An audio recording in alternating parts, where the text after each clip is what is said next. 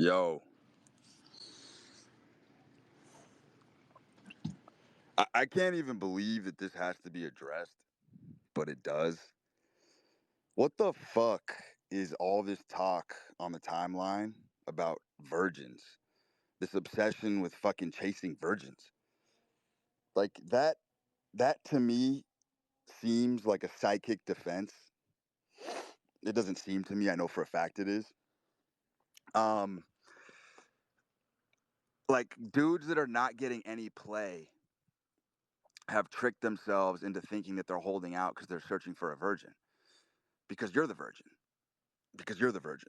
So it's a very strange mechanism going on here with this. First of all, utopic thinking as a man is very feminine. Men don't think in terms of utopia. Men accept whatever landscape is brought forth in front of them right now. That's what men do. And times have obviously changed. There's obviously a chasm between men and women. There's obviously a correction that has been accelerating. Anybody can see that. Stevie Wonder can see that. So like this whole idea of chasing unicorns and holding out for a virgin is bizarre on many levels, and I'll tell you why.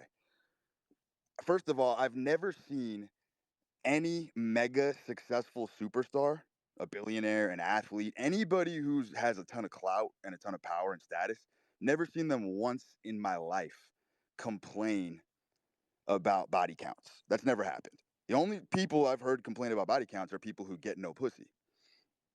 Secondly, if you've noticed, there is a very small pool of very beautiful women, especially on Instagram. Well, there's probably what, 400 or 500 out there in circulation that are literally pining after the highest status men in the world. And I hate to be the bearer of bad news, but those women have a lot of experience. Like those women are sexually experienced. And the most beautiful women on earth are sexually experienced. That's just how it is. It's just the current climate, it's the current landscape. And none of those successful megastars are why aren't they have all the money and the power in the world? Why aren't they scanning and scouring the earth for virgins? You don't see this. You don't see this practiced in reality anywhere.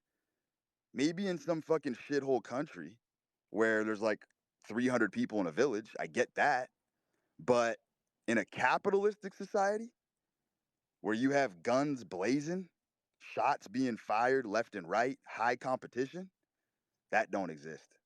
That's a countryside fantasy. That is a bucolic fantasy. And I mean, like I can't just like I'm saying, I can't even believe this has to be addressed. And then the other thing that has to be addressed is this notion that women are washed at the age of 25, which any fucking Casanova, Don Juan, suave type who's had a lot of experience with women knows that that's asinine too.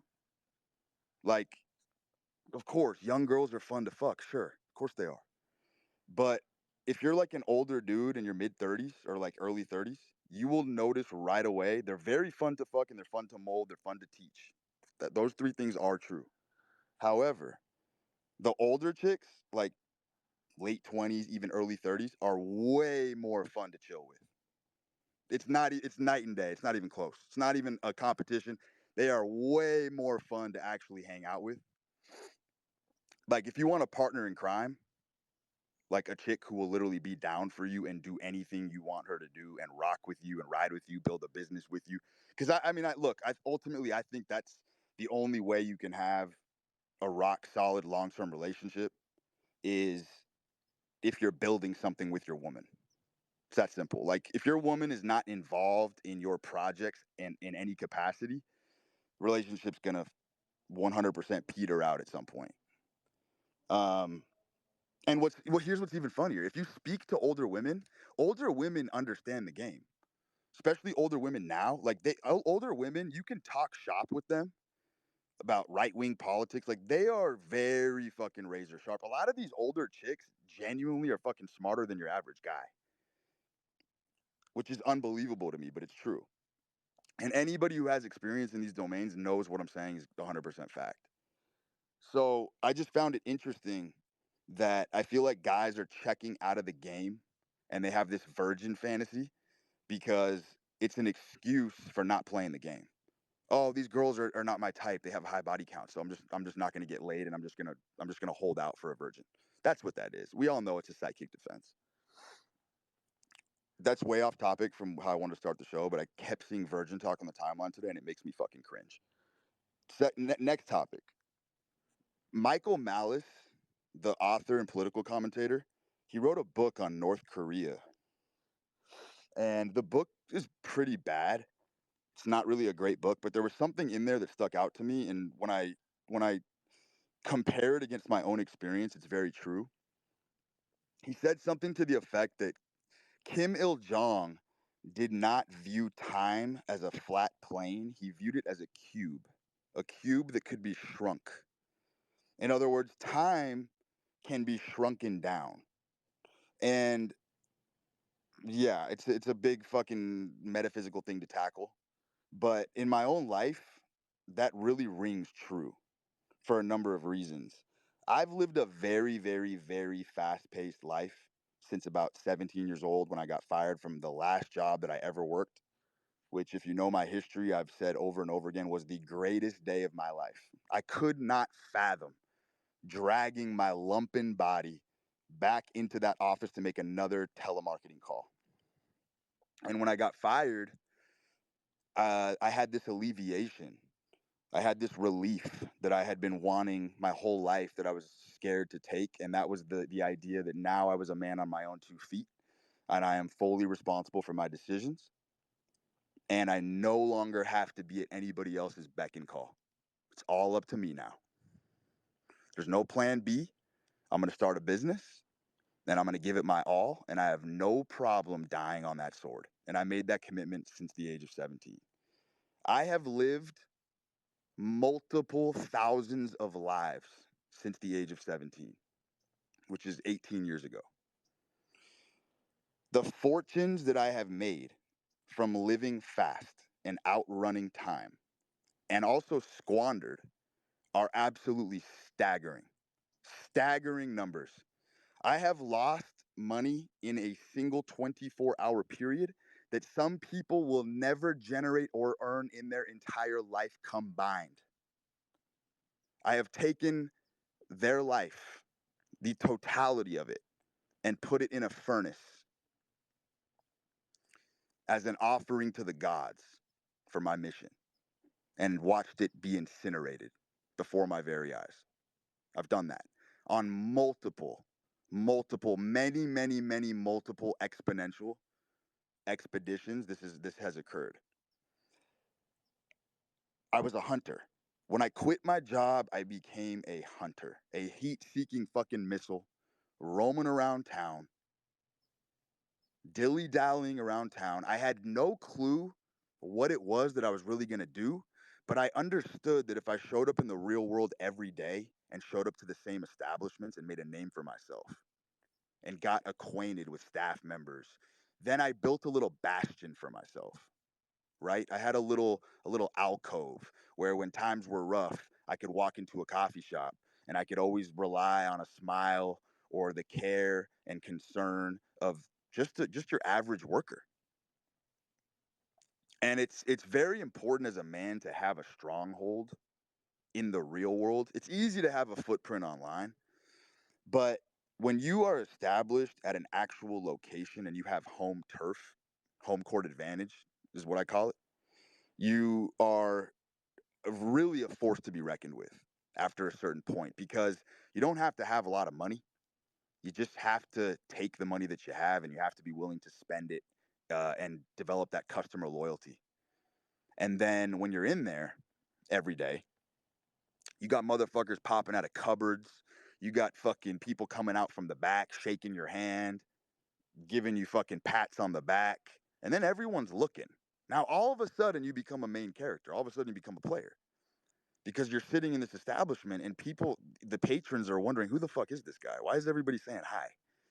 So that's like instant status, something very, very simple. If you're a young man, you don't have much going on. you have to fucking get some home turf. You know what I mean? Like a place where you can bring dates, a place where you can bring fucking prospects, where you can close deals. I've said it 100 times. I'll say it again. Doing handshake deals or fucking even contracts on the back of fucking cocktail napkins. That shit's not going out of style, fellas. It's just not. Like, there's a certain romance to that that's just never gonna fucking die out. And unfortunately, like those of you that grew up in the internet age, you've sort of missed the eclipse. You've missed sort of that. It's a very electric feeling when you're in an establishment and you have taken really good care of the people in there. Let me explain it like this. If you are established at a certain spot, I don't care if it's a restaurant, I don't even give a fuck if it's a rinky dink coffee shop. After a certain point, you feel like those are your people that you are serving and taking care of. The roles flip. I'm no longer there because I care about the fucking service. I'm there because now those are my people. I enjoy tipping them. I enjoy fucking shaking the busboy's hand because I know they get fucking bombed on all fucking day by bellicose patrons. And so you sort of you get in your own sort of service habitat where you're propagating and reinforcing this sort of divine energy. And it does come back in spades. The fast relations that I have made in those places are actually unbelievable. In the book that I'm writing, I have segments on the wily characters that I've run into in restaurants. And, you know, jumping on jets with them 2 days later, massive investors investing in my fucking gambling business after meeting them for 30 minutes. I've just had a lot of serendipitous chance encounters just roving around the real world. Now, obviously, there's a presence that you have to have, which is why I always say if you're a young cat, you want to build an identity around performance. And for me, that was always the athlete. Um, you know, Olympic lifting gives you a very unique build, gives you a very unique body structure. When people look at you in real life, they can tell you're an athlete. Huge traps, huge glutes, huge legs, small waist, big shoulders, big forearms. Complete opposite of the bodybuilder, sort of Frankensteinian, where it just looks like every muscle group is just kind of glued together.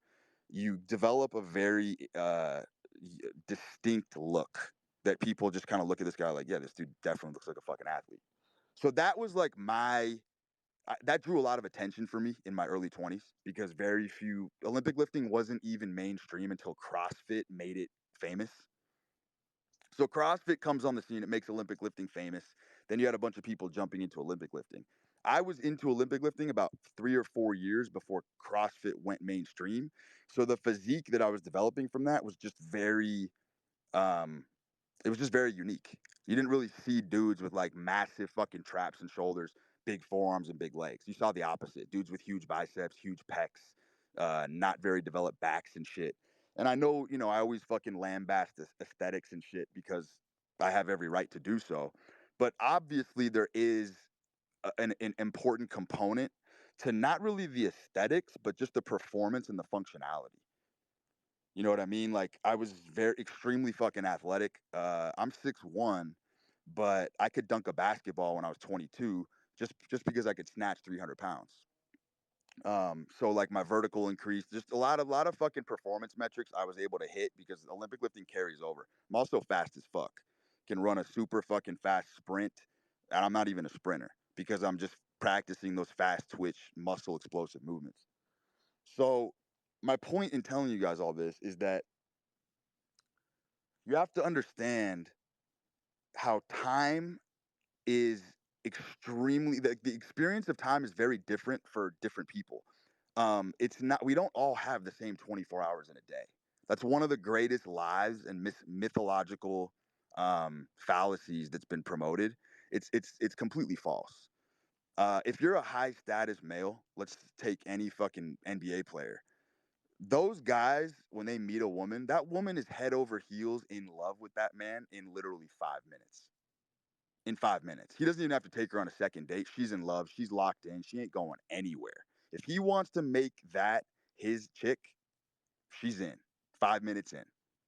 Meanwhile, the average guy has to date a chick for a year to get serious.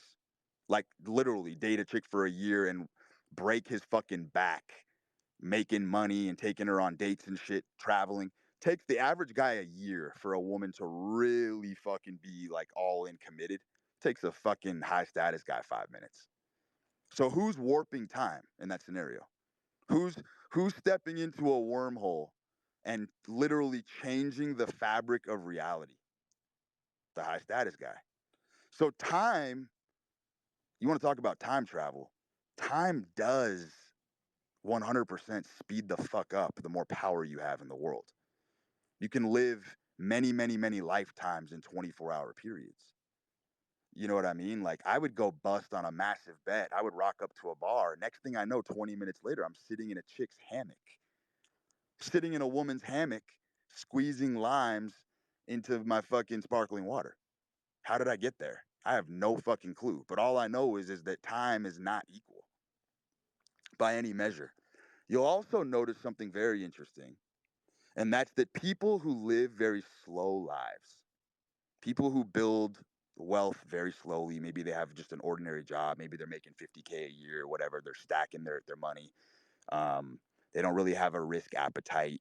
They're not really adventurous. Their whole life is really just about comporting themselves for the comfort of death, right? Like they're concerned about growing old and not having resources and dying alone and not having money for healthcare. Like that's the majority of people. Majority of people, they're living their day to day to prepare for their inevitable death, and they're hoping that the day they die, they can just die as comfortable as possible. That's why they're amassing wealth. They're not amassing wealth because they want to amplify their business. They're not amassing wealth because they want to amplify their vision.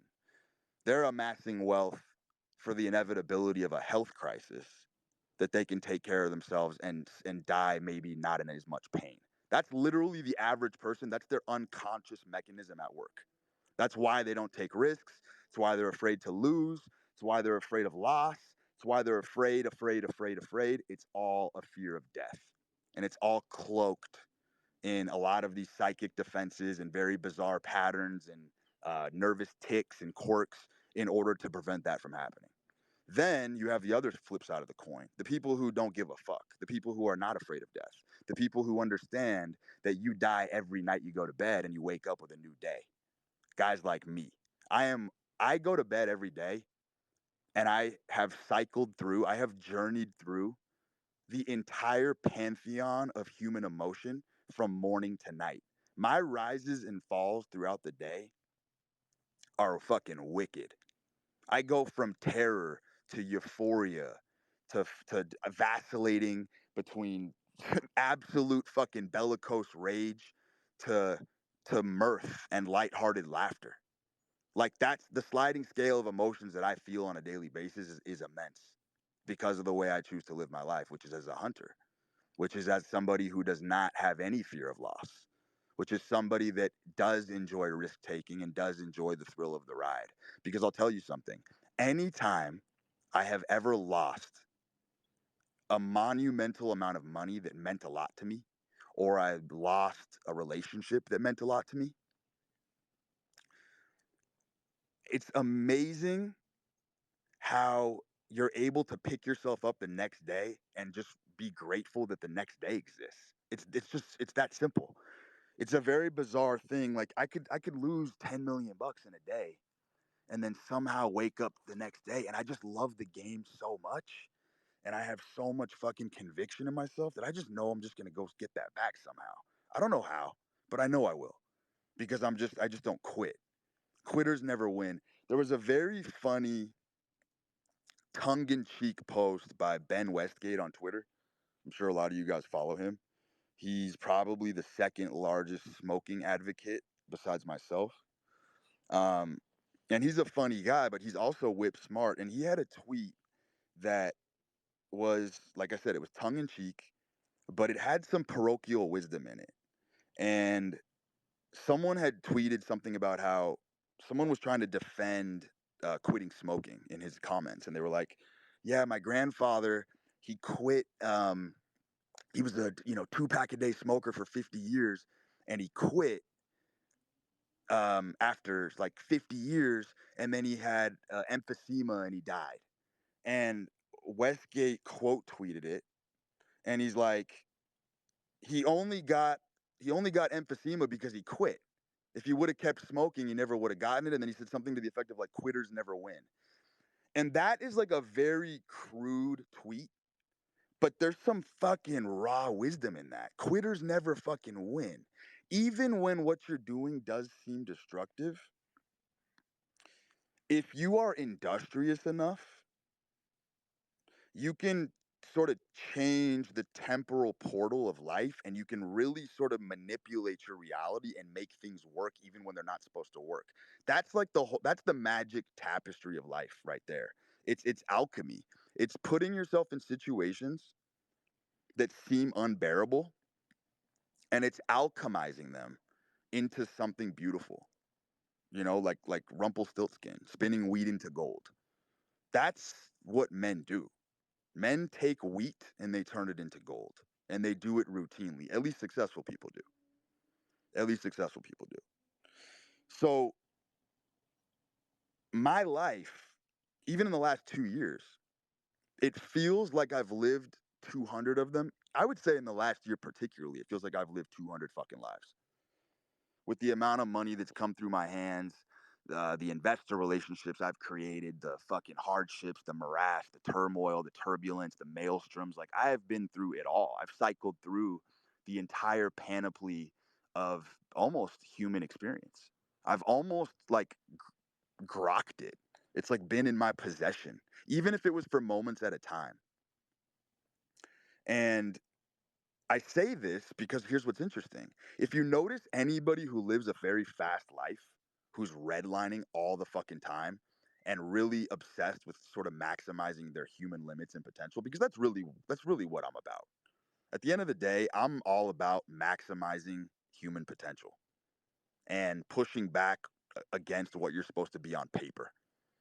Like if your genetics are garbage, there's a transcendental factor of the human experience that you are not taking into account, which is that the human spirit is able to transcend genetics, which I think is unbelievable. And I think that should give everybody strength and hope every day that no matter what kind of hand you're dealt, and by the way, God deals relatively fair hands. Like, God deals fair hands. And what I mean by that is like you'll get a guy like Mike Tyson, who's a fucking pugilist, who will knock your block off. But then God crafted his vocal cords to sound like a 13-year-old virgin. Like the guy literally sounds like a little girl when he talks. And it's like ironic. Like arguably one of the greatest fucking boxers ever, at least power punchers, and the dude's got that kind of voice. So like God levels the playing field. Like anybody who's industrious or any titan of industry has severe defects, and we all have an Achilles heel.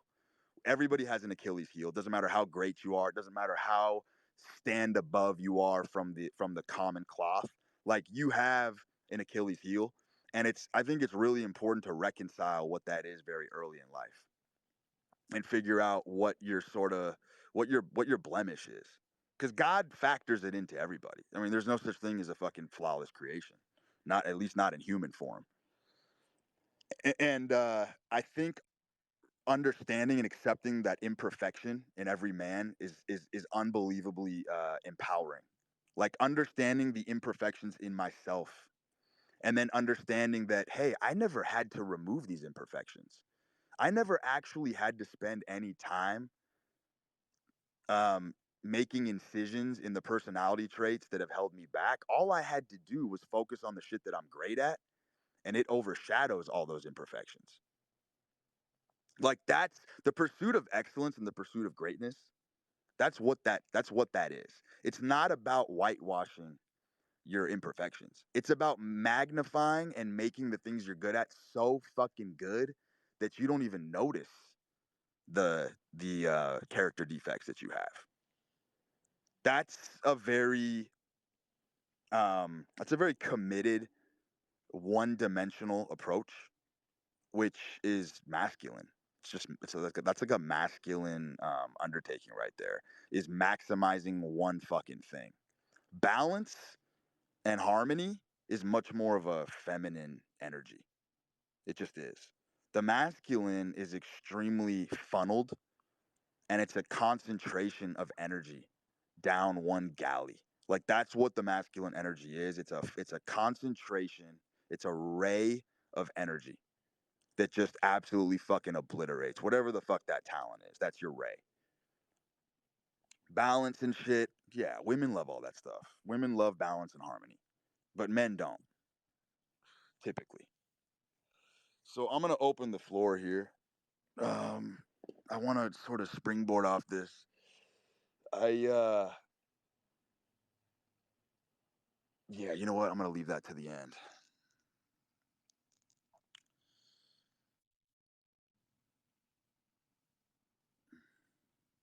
Yo, Juan Blanco, what's up, buddy?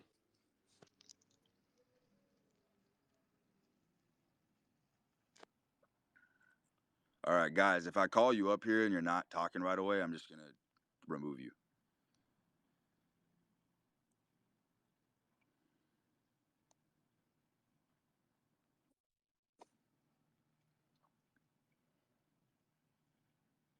Mr. Closer, what's happening?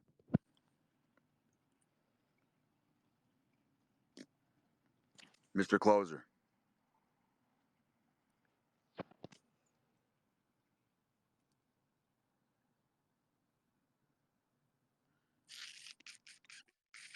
It's third time's a charm. Yo, JC, what's up, buddy? So you talked about in the beginning there, the way to, I guess, to have a long-term relationship is for the wife or your girl to be in on the mission with you, right? And the first thing I thought about there is, I guess a lot of people, a lot of guys, like, okay, the mission is like the family, like we're gonna have a family together. Do you think that's realistic, or do you think it has to be something more? Like it has to be a business venture. It can't just be that simple. I'm curious, No, like what you're. no, dude, it's the opposite. The family itself, if that's the mission, it's gonna rot within, dude. There has to be something much broader in scope, from my experience. Right. No, that's exactly what I thought, and that's why I wanted to ask because So that was the like, first. if you refer back to my last spaces, I gave a very vivid illustration of what a very powerful mission a man's life looks like, and it's extremely conflicting. See, here's the push pull between the masculine and the feminine, right? You got a guy who's completely hell bent on his mission, whatever the fuck that is. I don't give a fuck if he's a painter, if he's painting murals, could literally be anything. See, that's what people don't understand too. Is like what makes a man attractive is simply his commitment to his mission. It really doesn't matter how grand that is in scale. Like not everybody has to be an alpha bad boy sharpshooter to have a woman absolutely madly in love with them. The guy just has to be focused on whatever the fuck he's doing. Literally, the guy could be fucking making necklaces from puka shells on the beach in Hawaii. And if that dude is obsessed with that shit 10 hours a day, hucking that shit on the side of the road, I guarantee you that guy has a better chance of having a woman fall in love with him than any other fucking dude who's got his hands in like 30 other tills and can't fucking commit to one thing. It's just they love a man who is just putting their craft over them. And that's the whole dude, that's the whole balance. Like a woman's job is to whittle you down to a nub. It is their job. They are hardwired to test you and grind you down, especially when they love you. They will fucking just try to destroy you on a daily basis because that's the yin and yang. When a woman loves you, she has to attempt to destroy you. She has to. She has to because I'll tell you why. If she can't successfully destroy you, then you've proven that you're worthy of her love. So it's like all these guys will be on their mission and then they can't take the testing that their women are giving them and they end up giving up the mission. They abdicate the throne, they abdicate their responsibility, and then guess what? Now they have no mission and they have no woman. Now Yep. they lost everything.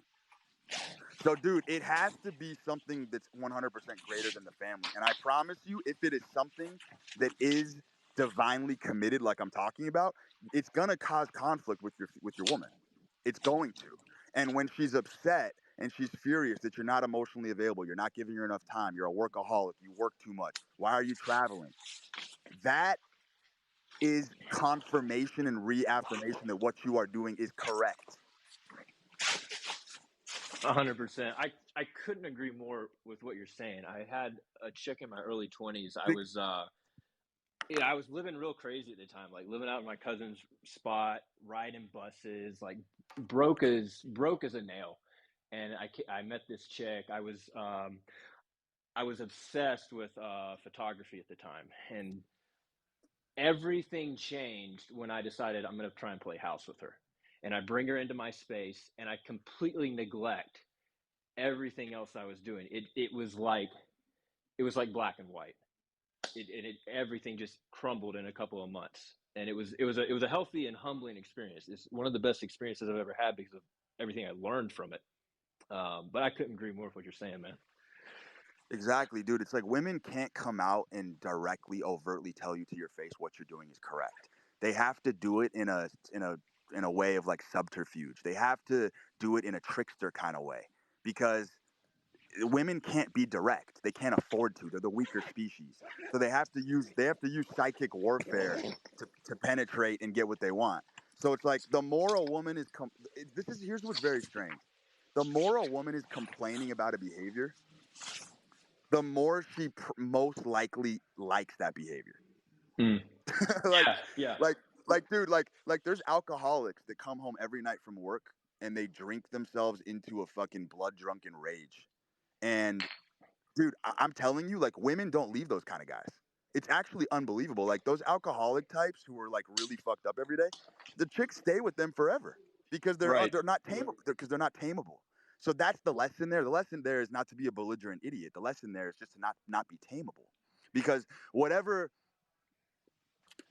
their commitment to the alcohol. That's why I'm saying, dude, it could be something so trivial. It could be something so lame and so unimportant. Like literally, if a guy's committed more to drinking than he is to his woman, he's got that woman for life. This is how it works.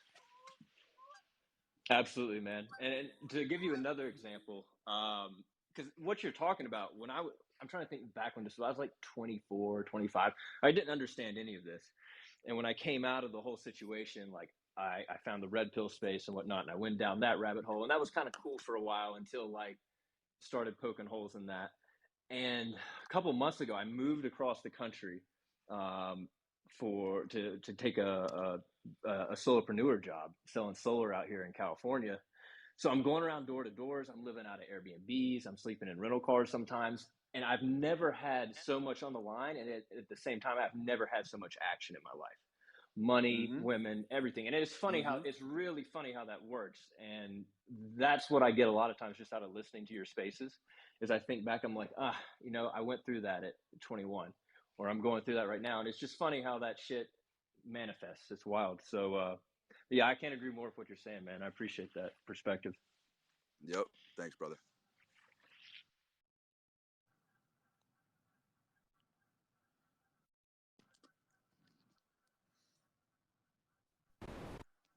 Yo, Yo, yo, Pierre. what's up, Brute? Thanks for letting me on. I'm gonna reaffirm what you said real quick before I ask a question. Um, I never really struggled with women in my entire life since maybe like as soon as I could, because I was always so hyper focused from a young age. I was forced to, and then I went through the same experience as homeboy that was talking before, and it literally just happened last week. So I just want to point that out. But I want to say this: you got folks like Jordan Peterson, I would say, which I don't, not really a fan of him, but you can say that he's become sort of a spokesperson because of how good he is at communicating. And personally, I feel like you're 20 times better than Jordan Peterson at communication. I feel like that's a great skill to have. Did you do anything to get those kind of communication skills, or has it just been years of relaying your experiences to other people that got you to be able to communicate like that? That's exactly what it is, man. It's just it was innate, and it's perfect you asked that because I'm just doubling down on my strengths. I never cared about math. I never cared about any subject other than language and communication because I was always good at it. So I just fucking ran off to the races with that and took it by the reins and said, you know what? I'm just gonna maximize the fuck out of this, dude. There is nothing more powerful than being good at the English language on planet Earth. Like fuck being a lawyer, fuck being a doctor. If there's one fucking skill that you would pray to God that you had, it's good at fucking communication skills. There's just nothing better. And here's the thing, like it's an infinite quest. Like there's no way to truly master the English language, which is what's so great about it. You can always fucking refine it. I've just spent zero time refining it. Um, I don't know, man. Like when I would read books and I would see words I didn't understand, I could just understand what the word meant by context clues. I never had to fucking crack open a thesaurus, never had to look up definitions. I would just read a word and I would just incorporate it into the mainframe of my mind, and that's it, man. Like that's how it happened for me. So I mean, like 100%. it's crazy because if you're not a natural master at English, I do think it's very hard to grapple with. It actually is it is a difficult fucking language to master, especially if it's not your first language. It's fucking difficult to master if it is your first language. So I'll say this: at least I think that I am gifted in English, and every time I listen to you talk, I learn 5 different words. And I only say that because the way that I figured out I was gifted at speech in English was kind of weird. It was kind of just me throwing myself in there. When the pandemic hit, I mean, I'm around 19, 20. Friend comes up to me with like a network marketing scheme, but he doesn't really tell me what it is. He just says, "Hey, we're selling this." So my ass, I'm like, "Okay, cool." I call everybody on my phone 20, 30 minutes later, and I live in Texas, so no heavy rules. 20, 30 minutes later, I'm at a coffee shop, there's 20, 30 people. He's like, "Oh, well, tell them what we do." I'm like, "But you just brought me on today." So I end up giving a speech and launching 20, 30 people under this info product. And I'm like, "Hold on, I can do this shit." So I get on and I start creating and creating, and I'm like, "Okay, no, I'm gifted at speech." I start doing 100, 200 person webinars like within a week or two. I'm like, "Okay." But I attribute it to the fact that I didn't really have much growing up. I would read. Like by the time I was in 5th grade, I had read hundreds of books already. And then I hear people like you speaking. I'm like, hold on, let's see if there's a practice behind that. But I never really practiced either. It was just kind of living. So Yep. appreciate it. Just living and articulating your experiences. Let me give you the flip side to that because this is also fascinating. If you're a poor communicator, here's what happens: you become a fighter. People who get into street fights, people who are obsessed with calling people out and challenging them to fights, their communication skills are so bad. They're so frustrated they can't get what they want in life. So the last resort is if I can't communicate with you to get what I want, I'm just going to fight you for it. That's the mentality of people who do not wield the English language, who are not a wizard with words. And um it's dude, it's extremely fucking pervasive. Look at that that's why dude, that's why fuck. That's why let's look at it this way. People who steal, thieves, right? Are even a thief don't like a thief. Like thieves are universally frowned upon. Right. Here's why. When somebody steals something from somebody without permission, what that is demonstrating is that your communication skills suck. You don't know how to get what you want in life because there's other people who get what they want through the art of sales. Like a guy who's good at sales gets everything that the guy who's stealing gets, but he gets it with permission. Right. That's the difference. That's why that guy gets accolades and the other guy ends up in jail because there's a fucking breakdown there. So it's like all you proved when you use deception like that and take money from somebody like that is you've proven that your communication skills are horrendous. 100%. I think a reflective concept of that is like a lot of times you'll have somebody that's maybe looks better naturally, and he won't know how to talk to girls for shit. He can't speak even. Like he'll choke up right away, and he'll drop the girl. He won't be able to pick her up. And then you'll see somebody that's butt ass ugly that's been forced to develop wicked communication skills and charisma, walk in and do what he couldn't. So appreciate you. Dude, yeah, of course, bro. Appreciate you too.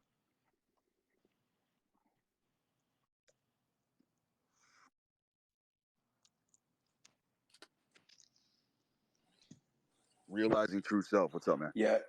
So I think I remember you saying one time where you were like, wear your heart on your sleeve because that's usually where you'll find exactly what you need to do. And I have so it's like this innate thing that I know that I need to do, but I'm just kind of scared to take that second that first step to do it. Is there anything you can say that to just block that off and just keep it pushing?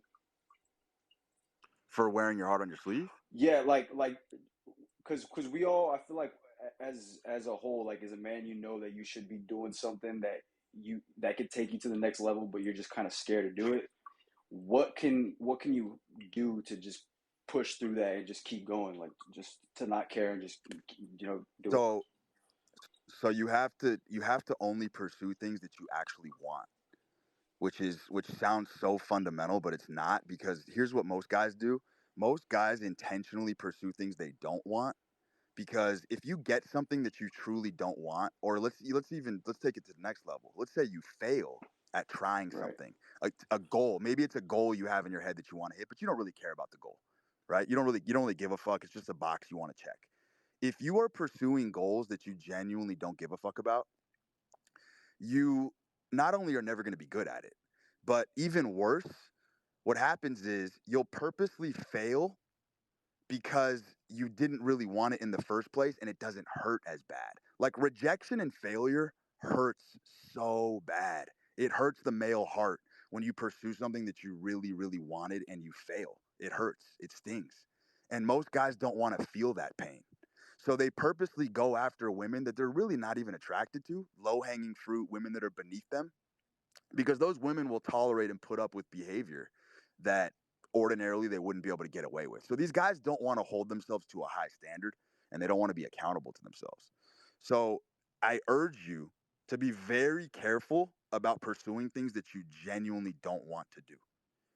And it is sort of a tough line to straddle, because a lot of times you think you want it, and then when you get it, you realize you didn't want it in the first place. And that's brutal, because you will piss it away. Like, you should only be dating women that you really genuinely like ones that it will hurt you if they leave.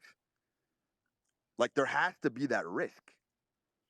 Like, there has to be, in order for you to be at the highest level. That's why most of these fucking gym guys are fucking all the ugly chicks, man. Because when those girls leave, they didn't really want them. It doesn't hurt. They don't feel a fucking thing. They don't feel a fucking thing when those women exit their life, because they didn't really want it. It's not really the type of chick that they wanted to be with. That's the best way I could articulate it for you. All right. Thank you. Yep.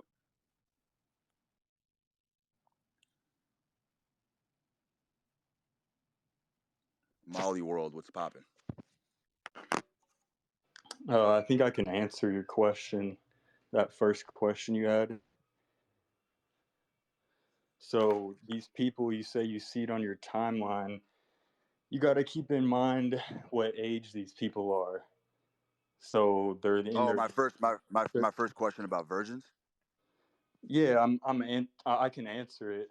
So I mean, I think I know the answer. I mean, first off, these people you're following, they're younger, so they're like 20, 21, 22. Chicks 20, 21, 22, they have body counts of like 80 plus. They got a rotation of 15 guys they're fucking at the same time. Why would you want to lock that shit down?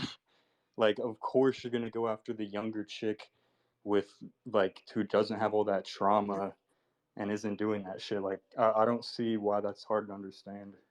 Where does that exist, brother? That's chasing unicorns. Listen to this. Here's the flip side to the coin. Those chicks that you claim have high body counts, guess what? Those chicks don't put up with losers. Those chicks are going for high status men. That's where all the competition is. All the competition, the most beautiful women in the world that have high body counts, guess who they're fucking? They ain't fucking the chumps. That's not happening. They're fucking the NBA guys, the high status motherfuckers, me, guys like that. That's who they're fucking. I That's mean, where the they're on competition is. Tinder though. So these guys are shirking. Listen, they're shirking from competition, which is I absolutely am the largest ambassador for competition. I think it creates greatness. And if those types of women in the current landscape are holding those men to the highest standard, because bro, the most beautiful chicks with high body counts, they're not fucking losers. But guess who will fuck a loser? A virgin with no frame of reference, because she has no experience. She'll take you for your little fucking grocery bagger job. You're broke. You're out of shape. She doesn't know any better. That's why the guys like the fucking virgins. That's where that obsession is born from. It's born from the fact that those women don't have any standards because they have no frame of reference. When women have a frame of reference, i.e., a lot of experience, guess what? The competition gets staggering. And these guys don't want to face that. They don't want to face it. Sounds like you don't want to face it. No, I'm saying if you're younger, if you're 22, why would you get with a chick your age when you could get with a chick that's only like 2 years younger, and how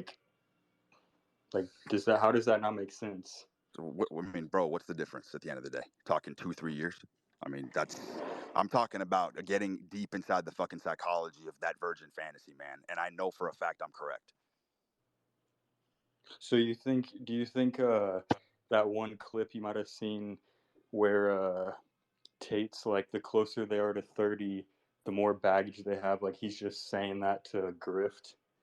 No, I don't think he was grifting. I think he's absolutely speaking to a cultivated, curated audience, 100%. I also think that he knows who his people are. He's a smart guy. But I'll tell you one thing, brother. You think Tate was running around town banging virgins? Fuck no. Think the kind of chicks that Tate was pulling off Instagram had fucking low body counts? I guarantee you they don't. I mean, Tristan talked Guarantee about you. being with a 16-year-old. I mean, dude, I don't know anything about that. All I'm telling you is if you have friends that are at the highest echelons of society, none of them, not a single one of them, is concerned with banging virgins. You're not going to find it. You're not going to find it. It is a utopian fantasy on Twitter. Sounds great in theory. I'm not going to say, look, the theory sounds fucking immaculate. It's an impressive theory because it seems innocuous on the surface. See, the right wing is really good at coming up with innocuous theories that sound incredible in theory, but in practice, they're just a flop, dude. It's just a flop. It just is. And my whole point is, dude, is that most people are using that virgin thing as an excuse to exit the game. You got to play the game that's in front of you.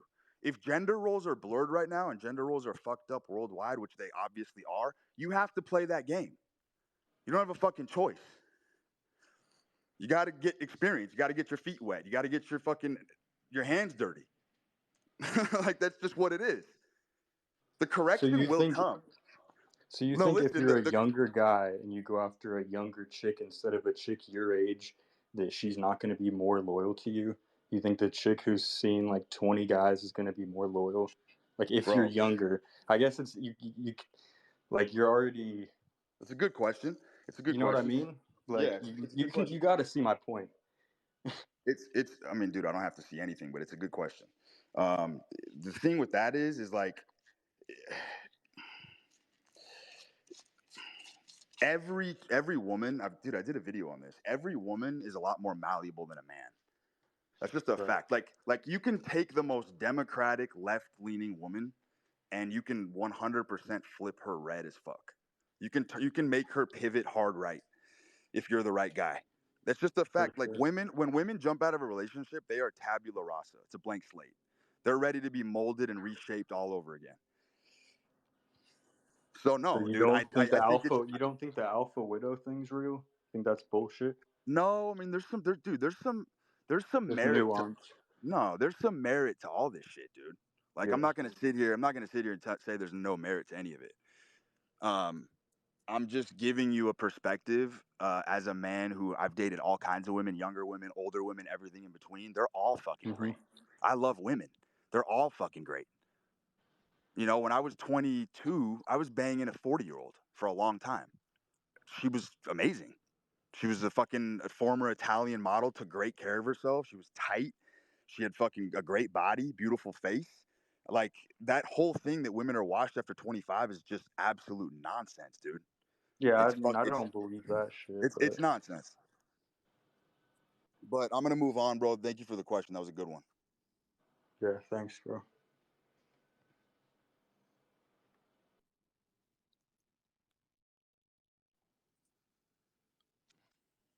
Yo, Nazar. Hey, what's going on? Thanks for letting me speak. Just want to touch on what you said about the virgin thing. I Yeah. completely agree. It's a way of people, stepping out of the game. But what are your thoughts on wifing up a virgin? Because I heard a rumor. Now, I don't know if this is true or not, but if a girl is getting dick down 20, 30 times, she has a high body count. I've heard that the dicks leave imprints in her pussy.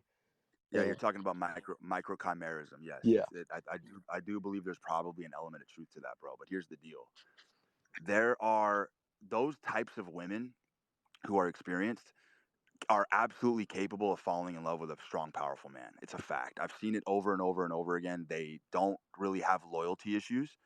There's a malleable component here that people aren't taking into account, which is that women are a reflection of you. So it doesn't matter what a woman's history is as much like your history as a man, believe it or not, is more important than a woman's history because your history is what created you. A woman's history can be wiped with one swipe of the hand like a fucking etch a sketch, and that shit's at ground zero again, ready to be rebaked, ready to be recreated. Women jump out of relationships and they are completely ready to be recreated. That's why they go on those enlightenment journeys and start fucking drinking smoothies and doing yoga and shit. You know what they're doing? They're cleansing themselves so they can go back and find the baddest boy possible. That's what they're doing. All those chicks who go on those enlightenment journeys, like they'll fucking go get tents, they'll go camping, they'll go start getting dirty, they go vegan, they start fucking eating fruits and shit, start, doing gratitude astrology. All those chicks are basically using that as a training ground to go find the baddest motherfucker possible when they come out of it. That's all they're doing. That's all they're doing. That's all they want. Like, dude, I've been with plenty of women who I have no fucking clue what their body counts were. But I'll tell you something. I've never had any issues in my entire life getting a woman to behave in a way that was constructive for our relationship. I've never had an unruly woman cross my path. I've just never seen it. Never seen it. Got you. What are So your it's thoughts dude, on? it's more of a reflection of you than it is of her, man. That's what these guys don't really want to, because dude, all the accountability's on us. Like that's just how it is, man. I mean, to some degree, like I don't even want to say it. You have to categorize women and children in somewhat of the same capacity, if that makes sense. I do believe that. I 100% believe that. So I can go on and on and on for examples of how women and children should be. Like women and children deserve to be happy. I believe that. I believe women and children should protect their innocence and they should be happy. When I say protect their innocence, I mean women should not be exposed to the workforce. They shouldn't be fucking working 8 hours on their feet in restaurants and shit, getting fucking slaughtered by like that definitely is gonna wear down a woman's femininity. 100%. Like women and children deserve to be happy. That's like something that I stand for. Men, not so much. Men really don't deserve to be happy because miserable men built the empire that you and I are speaking in right now. Miserable men built the channels of communication that's allowing us to have this conversation. Men who literally had the weight collapsing upon their shoulders and they refused to put their emotions first. That's who's done it. That's who's erected all the skyscrapers, all the technology, everything, dude. It's a bunch of fucking miserable men who were probably tortured souls who had no choice but to invent, be industrial, and fucking create. That's what we do. That's the burden. That's the burden that we bear as men. Remember, I said in my last space, you can either be effective or happy. It's your choice, but you can't be both. Can't be both. You know what? You know what we get as men? We get to settle for happy moments, which is the best part. Like we get to thoroughly enjoy moments, and then those moments go away, and then they come back again. And that's what makes the golden times so special for us because our whole lives are not happy. But we do get moments that are so fucking juiced, full of fucking joy and happiness. I'll fucking settle for that all day. I would rather have happy moments than a happy life. Because if I have a happy life as a man, there is 0% chance I am pushing myself to my highest capabilities. Literally zero. Appreciate you coming up. yes, sir. Thanks.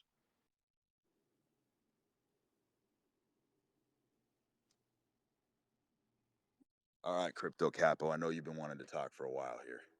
What do you got?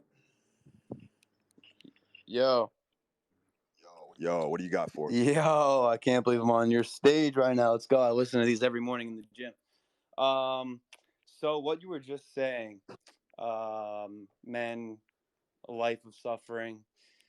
you've also tweeted, and I know you get hyperbolic occasionally, but you've also tweeted Very that men who aren't following their own desire, I'm paraphrasing here, but men who aren't following their own desires are fucking lying to themselves.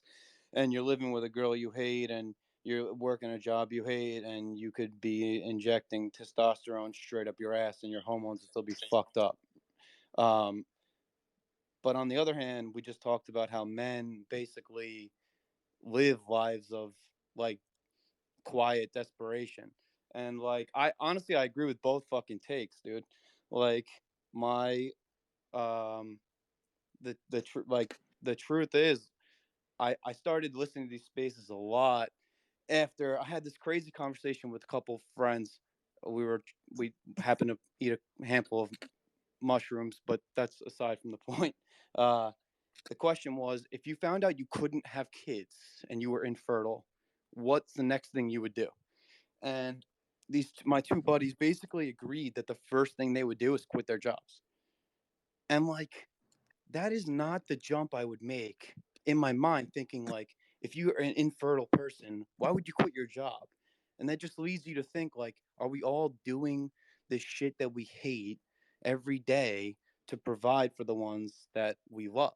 And like in reality, it's not like our truth. Like, you follow what I'm saying?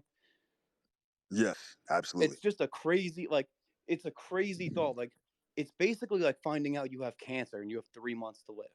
Like, what are you gonna do? You're gonna quit your job and start living for yourself.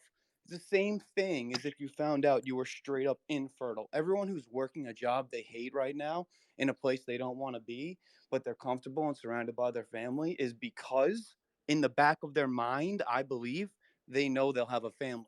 I mean, this came up because I'm having my first kid in a couple months, but it's just it's crazy. Like you literally touched. You don't even. I don't know if you realized it, but you straight up touched on like the dichotomy of man in one tweet, and then like one sentence on the space just now. I don't know if you realized it, but when I saw it, I was like, "Fuck! I gotta hop on stage and see and get your thoughts on anything about what I just said." I just Yeah, of course. No, it's good. The one thing I do want to address, dude, is that you have to understand any man who's on an excellent pursuit or a path of glory in life is going to be a walking contradiction. Contradiction is something that's prevalent in all great speakers. It's something in all great thinkers because great thinkers are constantly challenging themselves and challenging their own truth.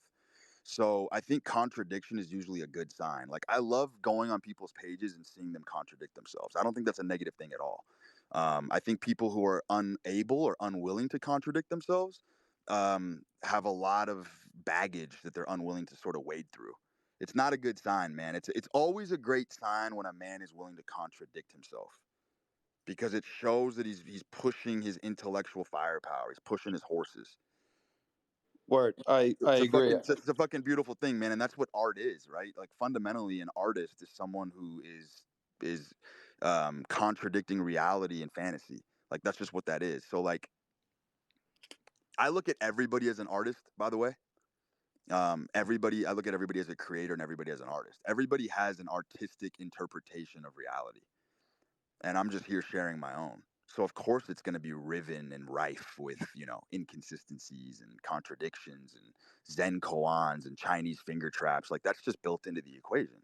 That's why conversation is so important because you sift through these things and you arrive at points. I mean, dude, like a lot of the things I even say are I'm testing my audience. I like to test the intellectual horsepower of my own audience to see who's rocking with me, who's not. Because ultimately, dude, I don't really want to grow my following. I want to Word. whittle it. I want to whittle it the fuck down. I just want my tribe to stick with me, and that's it. I don't really need 100,000 followers. Give me fucking 20 hardcore soldiers who are gonna fight with me in any endeavor, and I'm a happy fucking camper. Word. So Yeah. I'm testing motherfuckers all the time, bro. Some of my tweets are intentionally fucking testing people's limits, and then I see the fish just jump right into the comment section. I'm like, there he is. I got him. And Sure. there's people out there who know what I'm doing when I'm tweeting. Some guys are fucking clever and shrewd and sharp, and they're like, I see what Brute's doing. Some guys don't. Yeah. Yeah. No, I wasn't even like trying to point out the contradiction. I was honestly I was honestly glad to hear you say what you just said, because when you see a tweet or whatever, like if you're not living for solely yourself, you're not living type of mentality, and then you realize, like, I guess I'm not living 100% for myself. If it was up to just me, it'd be me, my girl. We'd be in Europe. I'd have a fast car and an Xbox, and that would be that. But in reality, like, we're in our apartment, we're saving money, we're fucking, it's like you're not living 100% for you. But to hear, to kind of hear you um, talk about, well, what you were just speaking about with the last speaker, and give cadence to that. That was dope. So I definitely like the fact that you could take both sides of something, because life isn't so simple as one side is fits all. But yeah, dude, keep doing what you're doing. I'm definitely one of the 20 if it gets to that point. That is Um, correct. I appreciate you, bro. I will tell you the most painful aspect of being a man by far is when you are so engrossed with your mission and your work, you are jaded to a degree. Like it's very hard to receive the love of a woman. It's very hard to receive the accolades and attention. Like my inbox is filled every fucking day with dudes just telling me how fucking great I am. And I don't take it to my head because I'm unable to because I'm so focused on my work, if that makes sense. And so like 100%. that's dude, that's the most difficult part of being a man is like you can have a woman who genuinely loves you so dearly and would do anything for you. You have cohesion in your family structure. But when you come home from a brutal day of grinding your gears and figuring out your work, you're somewhat unreceptive to it. And that's fucking painful to wrestle with. Like you're getting everything you want, but you might not be able to receive it in the way that you want to because, dude, life jades men. Life jades men. Time jades men. That's what it does. And I'll tell you, like, the benefits of that are that you become desensitized to the things that would shatter and cripple an ordinary person. That's the fucking greatest part about being a man, dude. Is like you go through this journey long enough, you've seen so much, you've experienced so much, you're so kind of jaded to it all that like when bad shit happens to you, you can literally just fucking chuckle because you're just Yep. like you could just chuckle through it because you're just like this would absolutely this would make an ordinary person jump off the fucking Golden Gate Bridge, but for me, I'm just gonna keep it moving. Yeah, Like bro. that's just how it works, dude. It's like that's why like the man on the mountain, we have all these archetypes in ancient lore and folk heroes. That's why they're always older, because older men have that luxury of just being jaded by time, which means they're Mm, desensitized to the things that would throw an or like a younger guy right on his ass. That's why everybody goes to older men for wisdom mm. because they're That's callous. Because they're that's callous. They're that's a fucking good point, callous, bro. dude. Yeah. And my girl's looking at me listening to this, and she's probably thinking that I've literally said, like, everything you've just said. Like, I lost my dad when I was younger. I've Similar to tweets that you've tweeted. I mean, many of us in crypto ran up a bag and blew it like 7 figures up and down in 1 or 2 days. And then you think, like, how the fuck do you get, like, it's almost like insane that you can go through these things and just get out of bed in the morning the next day and, like, just go to work or just be a person, and then it's crazy. Honestly, it's crazy the amount of callous that it takes eventually to become the man that you want to be. That's But all it is. it That's all it it is, is dude. it is my time to watch a movie with this one, so I'm gonna jump. But I appreciate you having me on here, bro. Yep, got you, bro. Thank you. Later.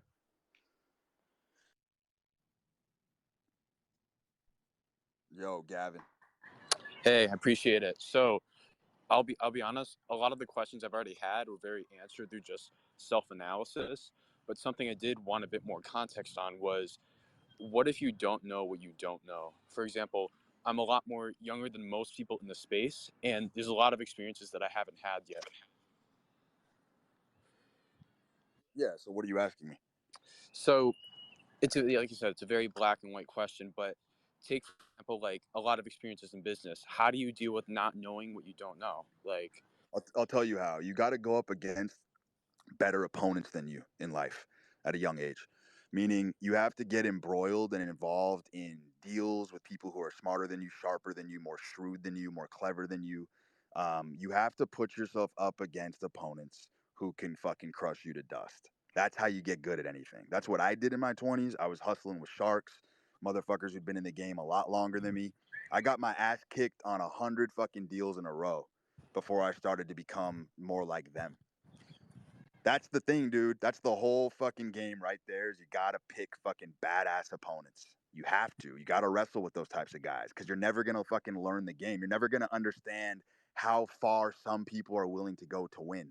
Some people will literally do anything to be victorious. Those guys are out there. They will do anything. They'll do a lot more than you will. And you need to find those guys and learn from them. You know what I mean? Yeah. And I agree with that because I think what I need to do right now is bite off more than I can chew. Dude, you can't, as a young guy, you will go nowhere very fast. You'll be a sinking piece of driftwood if you only hang out with guys your age. Mhm. I mean, you look at any young guy who's successful, they hung out with a guy at least 10, 15, 20 years older as a mentor. It's just fucking mandatory, man. It's just Yeah. mandatory. Yeah, it's mandatory. Keep it moving. That was a good one.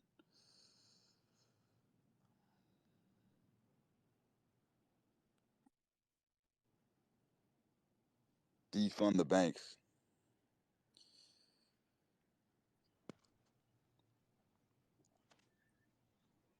Yo, defund. What's going on?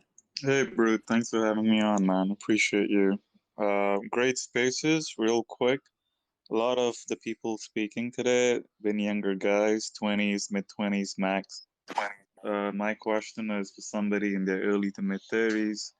Does anything change vis-a-vis what you're saying, or is it the same advice, or is it more of, well, you're not young anymore, you don't have that much time, etc., etc., so maybe take a little bit of an L and try to play it safe? No, you're not young in your 20s either. Don't get me wrong. I think you're a full grown man by the time you're. I mean, realistically, you want to like go off of my scale. I think you're a grown ass man when you're like 16. Um, I mean, that's really how it is. In your mid 30s, dude, what happens is because I'm in my mid 30s, is the desire. It becomes more of a slog to maintain the desire Right, a little bit. Like the same gusto that I had to get myself in the gym when I was 20 is a right, little bit different at is a little bit different at 35. And you have to wrestle with those forces on a daily basis. right, Because like I said, you get kind of jaded after a while. It's like do I really need to snatch 300 pounds anymore? Not really. right, But I do it because I want to I don't want to fucking lose my edge. right, I don't want to lose my edge. And I mean, look at all the older dudes who are in their even 50s and 60s that are like Clydesdales. They just don't die. right. They're just they don't fucking die. Why do they maintain that youthful energy? Why do you think that is? So, assuming that was, I think there's two things. I think one is, and I don't know if I can, if you have got a long line of people wanting to talk, and then I'll stop. But I think a lot of it is if you're in your mid to late 20s or early 30s, and you've got a couple of wins under your belt, and you talked a lot about 100 deals going south, and the general trend is a lot of things will not work out for you, and then you get better and better, and then things start to play out for you, and then you're ahead of the game, and it's kind of a, it's not a linear curve, but it's kind of an exponential curve, and I agree. And it seems like if you kind of have a few wins under your belt, then it gets easier to kind of build that drive because you've seen some success. And then in your 40s and your 50s, it kind of carries on. So answering your question, that's what I've seen. To have these guys continually pushing in their 40s and 50s, they would have had to seen some success in their early 30s. Mm-hmm. I don't know if that makes Mm-hmm.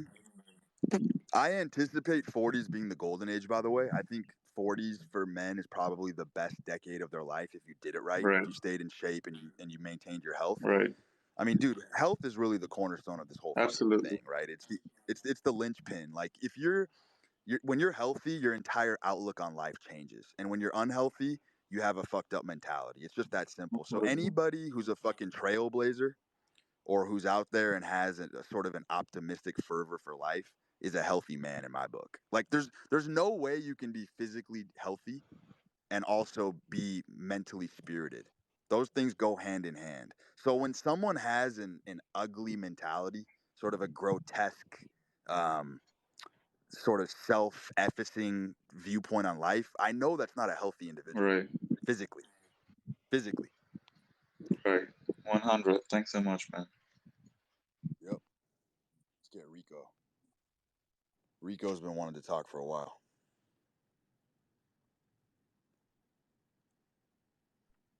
Rico, what's up, buddy? Yo, you hear me? Yep. All right, bro. So I'm moving my business across country right now. I'm in the process of driving down to Florida. You were talking about how, like, in your early 20s, you were getting connected with sharks and dealing with those type of players in the game and whatnot. And I was just wondering, how do you get involved with those type of characters? Because I mean, I had business up north and whatnot, but like there was really nobody to lay a blueprint or anybody that I could really connect with that was like a player in the game like I want to be. So I was just wondering how you get connected with those type of folks. You have to get off the internet and you have to meet them in the stronghold that I was talking about earlier, which is like your establishment that you have on lockdown. That's where you meet these types of people. Because there's sharks on the internet for sure, but most of those guys that you're going to really learn from with that real world gritty experience, they're out there in the real world, man. They're still doing dinners. They're still they're still showing up. They're still showing up every day in the real world. Like that's the whole thing, dude, is like you're never going to get it online. Online is a surrogate. And most people have done. Hey, can you mute your mic, bro? Yeah, hold up. Perfect. That's way better. Here's the deal, bro. Most people have done social media ass backwards. You're supposed to get a lot of real world experience, rough and tough. Get a lot of. Bro, can you mute that, please? Thank you. You're supposed to get a lot of real world experience, rough and tumble, take your licks, and then you're supposed to come online and share those experiences. That's what makes you interesting. If you really want to create a brand, that's who you have to be. These guys are doing it in reverse. They're coming online, essentially becoming clones of the bigger accounts. You know how many fucking brute tweets I see every fucking day? People are just recycling my material all over the fucking timeline. And I'm like, in my head, I'm like, dude, these guys don't understand how bad they're cucking themselves doing that. They're cucking themselves real bad because they're trying to build an avatar online, and then they think if they get success and money online, then they're going to re-inject themselves in the real world and everything's going to pan out fine. It's the exact opposite. You got to become somebody in the real world and then come online. That's what makes you that if you want legendary status, that's how you have to do it. That's how you have to do it. If you're talking about like a personal brand. Don't fucking come on here and start mimicking and parroting other people and trying to fucking put it in your own words. There's so many guys doing that right now, and that's on its way out. People are understanding there's a consensus right now in social media where look at all the tools people don't take advantage of. How many people do you see running spaces? How many people do you see doing videos? Nobody. Because these guys have nothing to fucking say. They got nothing to say. They can sit there and fucking tweet all day, but they can't get in front of the camera. They can't fucking host the spaces right now with what, 700 people in here? They can't do it because they have no real world experience. So that's the fucking grand differentiator right now is social media is going to make an accelerated push towards the people who did deal with the sharks, towards the people who do have the stories to tell in the real world. The social media is going to fall in their lap. You're going to be sitting on a pot of gold in about 1 or 2 years. You watch. The guys who are going to come on here and fucking share the real world shit, those guys are going to make out like bandits. And the guys who can't twist and turn and corkscrew the multimedia are going to get absolutely fucking annihilated. Like the days of just being able to post and write in writing, that's going to fucking die out. People are going to want more of an authentic experience, especially when it comes to a personal brand. People are going to want to hear you speak. People are going to want to see you on camera. Is this guy who he says he is? People can ascertain that shit very quickly when they listen to you speak. That's why nobody's doing spaces. Because people will figure out in 2 seconds you don't know what the fuck you're talking about. You know what I mean? Like that's really what's going on right now. There's a massive shift in social media, and it's all going to be for the taking. And the people who are going to make out are the ones who are using multimedia.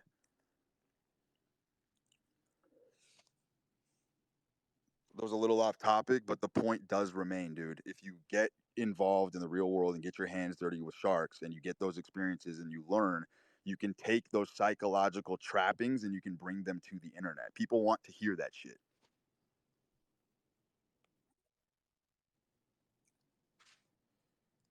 Yo, Phases, what's up?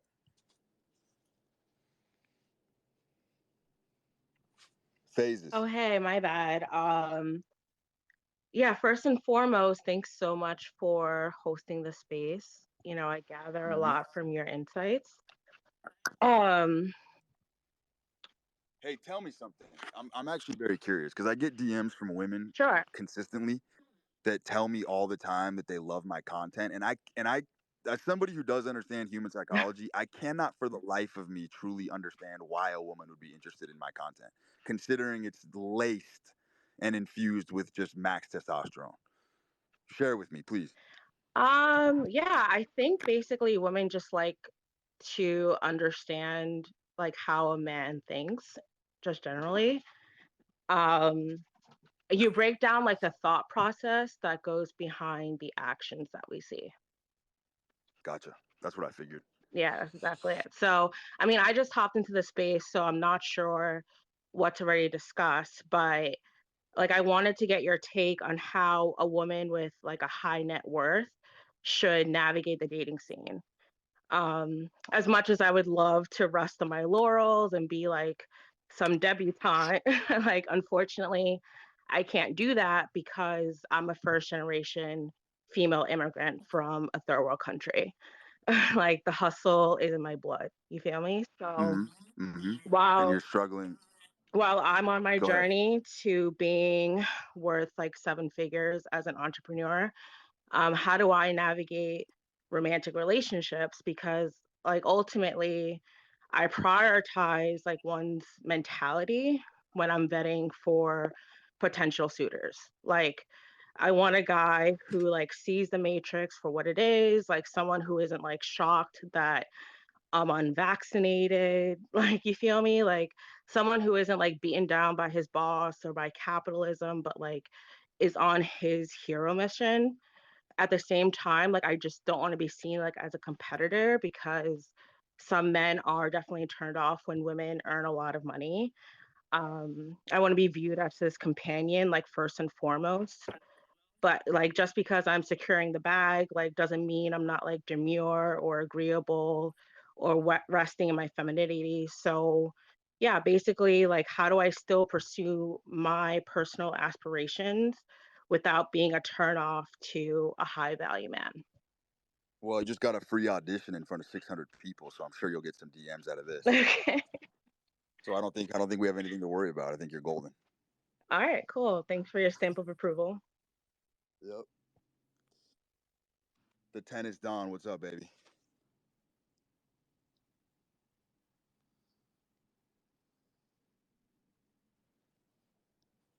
Yo, 10 is Don. Yo, so you talked a lot about how you're unfazed by like losses in life and taking a lot of losses. I just want to know, was there ever like a moment where you felt like you were unfazed by winning? Because I feel like winners know how to win, you know? Dude, absolutely. All the time. I mean, now when I get wins, I'm numb to it the same way I am to the losses. It doesn't mean a fucking thing to me. I mean, it is sort of the same mechanism. But here's what's interesting. Like if you are a winner, obviously that the goal is to win at all times. There are a lot of people who are losers who want to win so they have more to lose. Does that make Yeah. sense? Like some people want to win just so they have more to lose so they can sort of reinforce that identity of being a loser. But when you say unfazed about winning, unpack that for me because that's an interesting question. Well, Amplify I that. just feel like winners are like know how to stay even keel, like whether it's a win or a loss, you know? Um, Yeah, dude. It's not like when I hit big licks nowadays, I don't celebrate. I'm extremely sang-froid, and I'm extremely cool, calm, and collected no matter what the circumstances are. Yeah. Here's the thing, bro. The process for me is what I enjoy. I enjoy the hunt itself. Like the winning is just gonna come. So for me, it's not really about the wins or losses on a daily basis that I measure. It's that long term, I know for a fact I'm gonna win because I always have. So the daily snapshot of where I stand doesn't really mean much to me. Right. No, because I've been like, I mean, I've taken like, a fucking boatload of losses in my life. But You a tennis gambler? so right now I'm not gambling actually. I trade like commodities and forex, but I am pretty good at tennis to be honest. Like I've ran up like 4K to like 12K within like 2 months playing tennis. Um, but yeah, no. I just feel like all like the lowest points of my life have come after a big win when I guess like I wasn't in things for the right reason. Um, and then yeah, like it's almost like after you take that win, you're not the same person that got you to that point, right? Correct. Yeah. So now I'm finally I at a point where like I'm winning, and like when I got that big win, I was just unfazed. Like I was so surprised like by myself because I was just like I didn't give a fuck. Uh, you know what I mean? Were you surprised? See, I've always had this thing in my head where I think a lot of people get really excited about success because they think that once you're successful, that food tastes different, music is gonna sound different, like that your entire life is amplified, and that's it's a huge myth. Like if you fucking make $10 million tomorrow, steak is still steak, music is still music. Like rich people and poor people are gonna do most of the same shit. It's not really what people think it is, and I think most people think there's this euphoric high that comes from just getting these massive windfalls and massive wins that are very sudden. I think people sort of fantasize about sudden success because they think they're going to sort of be on this high, and that's just not how it works. It's like anybody who knows, I used to have a fucking Rolls Royce. I had a Rolls Royce Dawn in 2017. It was a $500,000 fucking convertible. And when I had that car, the novelty wore off in like 2 weeks, Right. and it just didn't feel like anything at all. Because I'll tell you why. The same type of person you have to be successful is the same type of person who also is not going to get a cocaine high off of having a Rolls Royce. Right. Does that make sense? Yeah, like you talked about that bodybuilder that he lifted the world record or whatever, and then he was fucking furious with himself because he didn't, or what was it? He didn't break the world record, but he won the gold medal or something. Yes, exactly. Yeah. Yeah. Like I feel like all the winners like that I know in my life, like they just like sometimes some of them are just born with it. Like a lot of winners are just born with that. Like they like for some reason like whenever they fucking win, like they're just able to keep on progressing. But for a lot of people, like you see Exactly. athletes, like they'll make it to the league and then like they'll get into a bunch of drugs, they'll fuck a bunch of hookers, and then like within a year, like they're out of it, or like they're playing in Europe or some shit. Like there's just a difference between like a LeBron and like a guy that Exactly, dude. Most people are surprised by their wins. yeah, Like they land a beautiful woman, they land a job, like they're genuinely shocked and surprised. True winners are not shocked and surprised when they win. It's almost like drinking water. It's extremely fucking trivial. And they do it for the sake of just winning itself. That's the fucking distinction between winners and losers. Losers have their eyes on Lambos and certain metrics and shit, houses on the beach. All that shit's cool for sure. But winners are way more concerned with just the process of winning. It really doesn't really matter. Like everything else is somewhat inconsequential.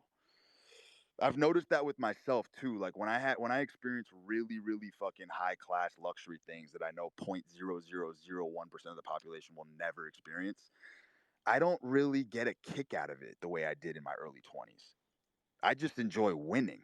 I show up every day because I just like to get what I want. It doesn't really yeah, matter what that is. And dude, here's the other thing with winners, and I really want to fucking emphasize this. If you are somebody who struggles to gratify your whims, it's going to be a very challenging life for you as a man And what I mean by that is like the common denominator that I have noticed among very high achievers is they take very, very small things and they make them extremely important. I'll give you an example. Like if I want a fucking bone broth right now, and I just in my head I just decide I need a bone broth.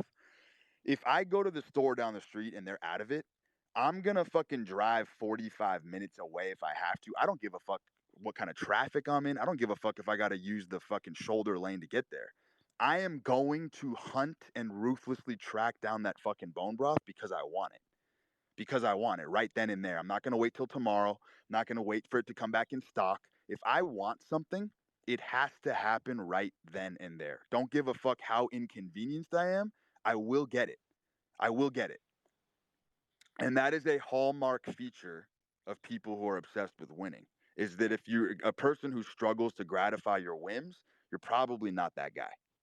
Like, dude, even raw cheese. Like, if I want a piece of fucking raw cheese, Jean Charles Arnault, Comte, the greatest fucking raw cheese that was ever fucking created, and it's sold out, I'm gonna go anywhere I need to. I'll fucking hop a plane to the next state to get it. I'm petty like that. I'm petty like that because if I want it, I have to have it. And like that's the kind of mentality you have to make it. But most people are just it's see things they quit, they give up too easily. Oh, you don't have what I want in stock? No problem. I'll just order it online. I'll get it in 3 or 4 days. Dude, that's not a sense of urgency. That's not a winning mentality.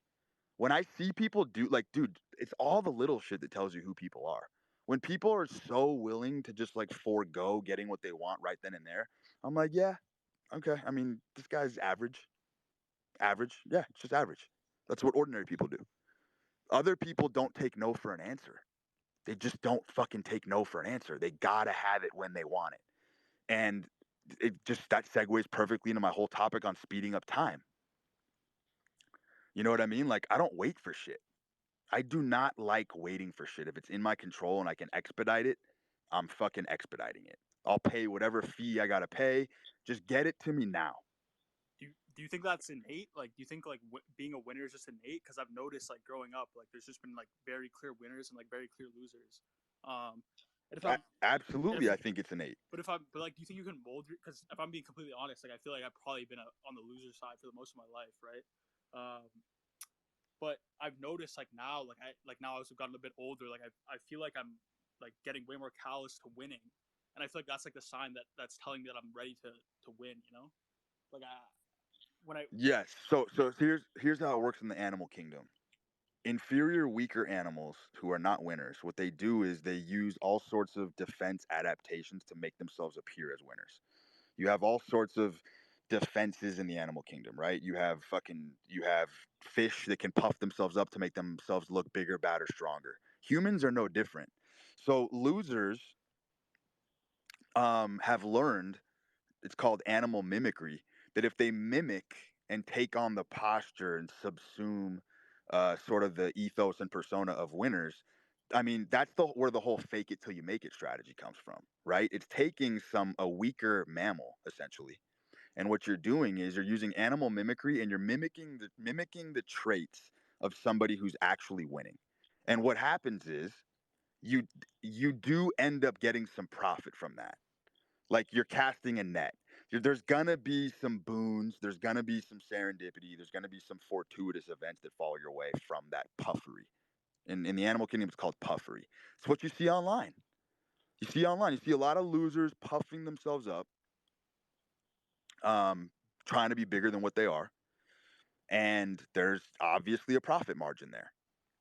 But real winners aren't doing that. You know what I mean? Real winners are being mimicked.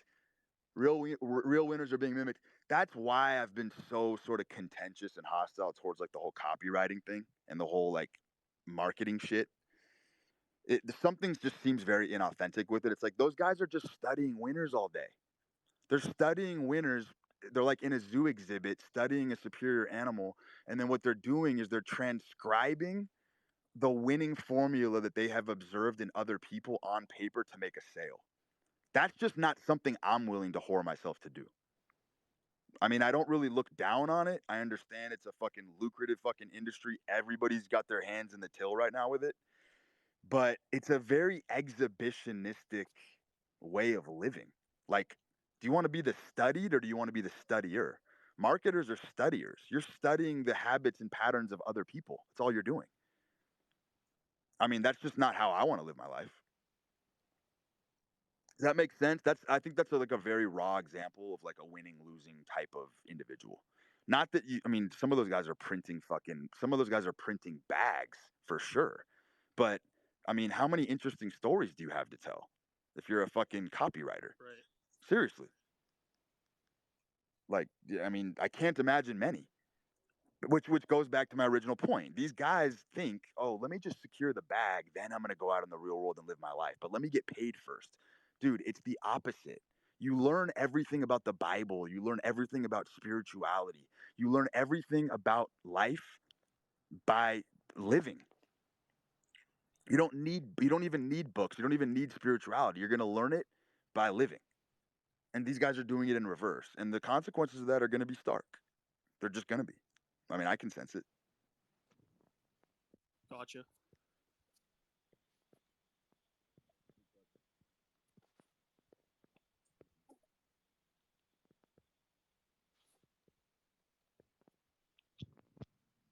Omar, what's going on? Hey, how's it going, Brute? I appreciate it, man.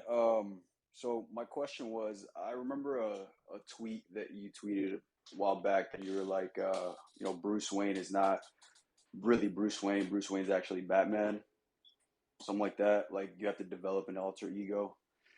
So, um, Yeah, I said Bruce Wayne is the mask. right, yeah, Batman is not the mask. Batman is who he really is. yeah, and so like what I'm asking is, I work like a pretty boring job. Like my job is like super 9 to 5, boring as fuck. Um, and I only do it obviously to pay the bills. I make music on the side, and what I wanted to see is how can I take that right there and apply it to, I guess, my life, because I want to just get out of the 9 to 5 thing and just go full time with music and just make a full living with it. How could that be applied to that? Man, that's a good question. I mean, look, I'm not one to sit here and bastardize and vilify anybody working a job, bro. I Yeah, mean, I think I understand you got a fucking belly to feed, but here's the thing. All of your free spare time outside of that job has to be towards making that dream come true. Like all of it. All of it. You're just in that position right now. You're in a low leverage position where you can't really take care of yourself if you don't have the gig, right? So outside of that gig, you do not have time to fuck around at all.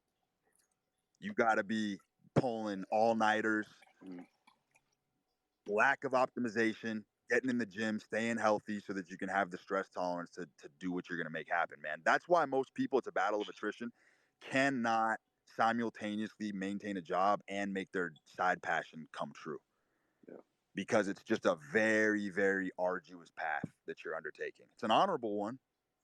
yeah. It's an honorable one. I couldn't do it. I couldn't do it. I had to slash everything but the dream to make my dream come true. Yeah, and that's, I guess that's where I'm like at a tipping point, because that's kind of what I feel, and I know that I need to do that. And I guess like I want, Well, because here's yeah, the thing, dude. No, men do not change unless they have to. right, That's just the bottom line. So until your back's actually against the wall, and you have some financial pressure, and if you don't perform, you're going to be out on the street. You're not going to make a miraculous change. It's just I've never seen it done. Necessity is the mother of all invention. It's one of my favorite quotes, and I've found that parable to be very true. Men do not change unless they absolutely have to. Have to. Not need to, not want to, have to. Not even need to. Have to is more powerful than need. I'll make a post about that one day. That's a fucking whole metaphysical fucking spiritual wormhole we could go down. But have to is more important than need. Because have to is the obsession. Need is breathing, eating, sleeping, fucking. Those are needs. right, Have to usurps need. Have to is what makes you a madman lunatic. You know what I yeah, mean? makes a lot of sense.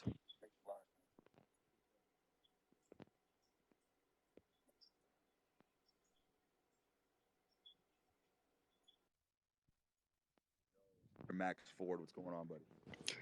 Yo, couple spaces ago, a dude was talking about investing some money into being able to go on a ride and gamble with you.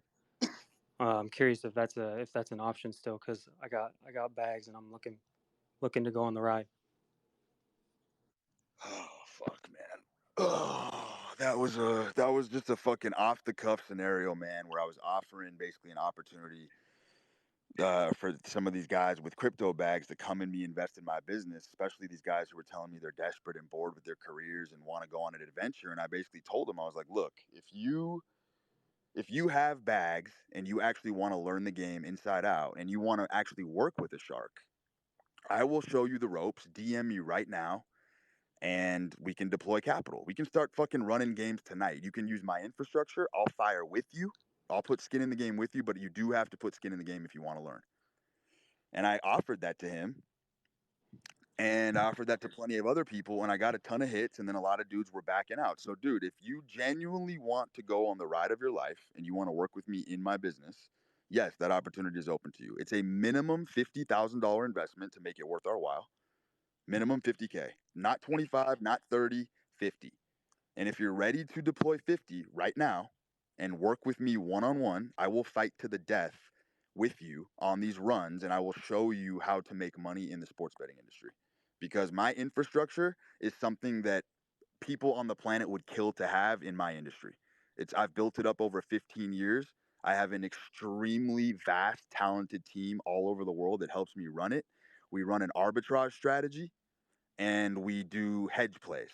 So some of it is speculating and gambling, but most of it is extremely intelligent and systematized. So, dude, if you want to come on with me, look down, make sure your fucking balls are intact, look up, make sure there's a fucking roof over your head, and fucking DM me. I will absolutely have you put skin in the game, and I will fire right alongside you, and we will fucking go to Valhalla together. Yeah, That's what. I'm a DM you right now. I'm ready to blast through that roof. All right, brother. All right, man. Yep. Peace.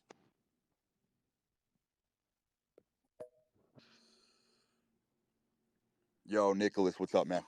Brute, appreciate you putting me on, bro. Dog, I've gone down a rabbit hole with your content since last space, and from there, I'm like discovering Michael Porfirio and everything like that. G mindset, bro. There's so much dope shit just out there, and just good opinions. But dude, I wanted to, two things. One is I definitely had a question I wanted to ask you. But first thing was what you were talking about with like copywriters not having experience at all, dude. So I'm a copywriter, and I literally fucking tweeted about this yesterday, where I was saying like the reason why I fucking write copy that just prints fucking cash is because I have worldly experience that you can't get in a book. You can't get it in a course. You can't get it talking to someone. Like you just have to experience it. And the story I told, we have gun shows in Arizona whenever you want to go buy a gun. And I was there once, and I had this letter I was writing for it was some sort of male performance program, like how to just become the best man possible, whatever, for your family and everything like that. And I was walking by this table, and it was an ammo table. It's 4 guys, and just like your standard, just think of like your conservative kind of dudes, just wearing like MAGA hats, and like they have a shirt on, don't tread on me, whatever the hell. And they're sitting there talking with each other, and one of these guys, he was trying to bring up the fact that he had just gotten this like gorgeous Colt 1911, and he really wanted to bring it up in the conversation. But this other dude in that like little circle was just kind of socially unaware. He was, I don't know what it was, but he just couldn't understand that guy was trying to bring something into the conversation. And he just kept talking over him and just talking about how he has this amazing AR-15 and blah, blah, blah, whatever, the magazine clips on it, and blah, blah, whatever. And so the guy tried to bring it up like 3 separate times that he got this Colt 1911, and none of his friends really cared because this guy just kept talking about his AR-15. And I looked at this man's face, and I could see 25 fucking years of just depression of this has happened so many times to him.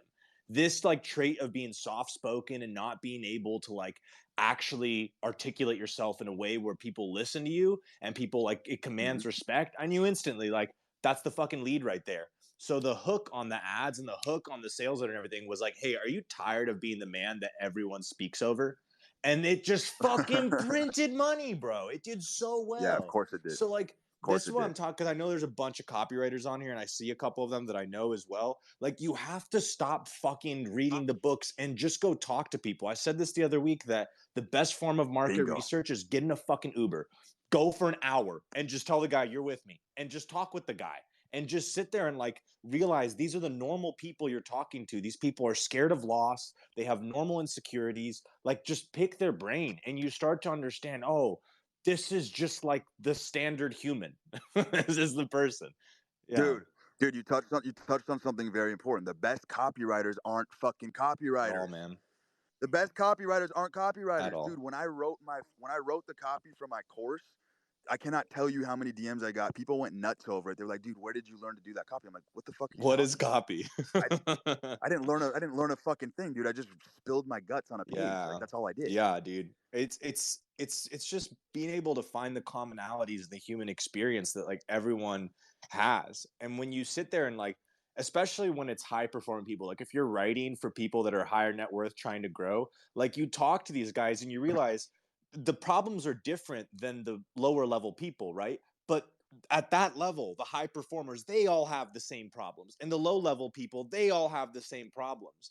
And you have to be able to explain it better than they can themselves. And the best way to do that is just fucking talk to them. I'm a master interviewer. I don't need to fucking sit and talk to ChatGPT or read or go and do any research. Like, I'm going to just go straight, hey, give me a lead list of all the people who've bought the product. And I'll just cold call the fuckers and be, hey, do you have a minute to chat real quick about the product? And just ask them about their entire life right then and there. Like, that 100%. So you just gave out a bunch of free game, bro. That hook was yeah, fire. 100%. Better have some DMs of people being like, "Fucking, can you coach me?" And the answer is no. I don't wanna. But dude, one thing I really wanted to ask you. So my roommate, he's been on Money Twitter for a lot longer than me, and he was like, "Oh yeah, I think Brute has a kid. Is that true?" I have a 2-year-old son. Okay, so I really want to talk with you about this. This is like, for me, the most fascinating thing is like, how do you balance this edge of just wanting to like, bro, you just want to skull fuck the world and just dominate and crush and just go out there every single day with this like fire in your belly mentality, but then also have like the patience for like a child and being able to actually like raise them, be able to help them, sit down with them, explain them whatever they did wrong or whatever it is. Like, I'm really curious to understand your mentality of how you balance being the man that you are and the man that you want to be while also being a father, and what your experience as a father has been thus far. Because that's like, bro, it's the number one thing for me in my life. That's my goal, is just have a fuck ton of kids. Yeah, man. So to answer your question, I don't balance it at all. Okay. Because I don't balance it. I'm just gun railing every fucking day, doing what I'm doing on my high adventures. One thing that is being a father has clarified for me is that I am not a second mother. And what I mean by that is when babies are very young, like my son is, they really fucking need their mom badly. Like, their mom is their everything. The quality time I spend with my son is at most, because dude, I literally want to blow my brains out if I cannot take care of a fucking baby all day by myself. It's never going to happen. It's just not my role. I'm telling you, as a man, you have this natural primal barbaric instinct that comes out if you have your balls intact, that you realize you are not designed to be sitting home playing with blocks and playing with cars with your son 8 hours a day. That's never going to happen. So what I do is, the quality time that I spend with him, 1 to 2 hours a day max, is extremely fucking valuable because I'm fully devoted, fully present. My phone's down. I'm not fucking with anything. I look him in the eyes. We play together. Those are the moments that he's going to be appreciative. But dude, the father cannot be fucking sitting at home with his kids all day. It, number one, destroys your relationship at home with a woman. And number one, it's very fucking weird, dude. Kids are fucking brilliant. They know, they get it. Like, when I'm gone for long stretches of time and I don't see my son, and I do see him again, he appreciates me. They understand, dude. They're fucking geniuses. These fucking babies are geniuses, man.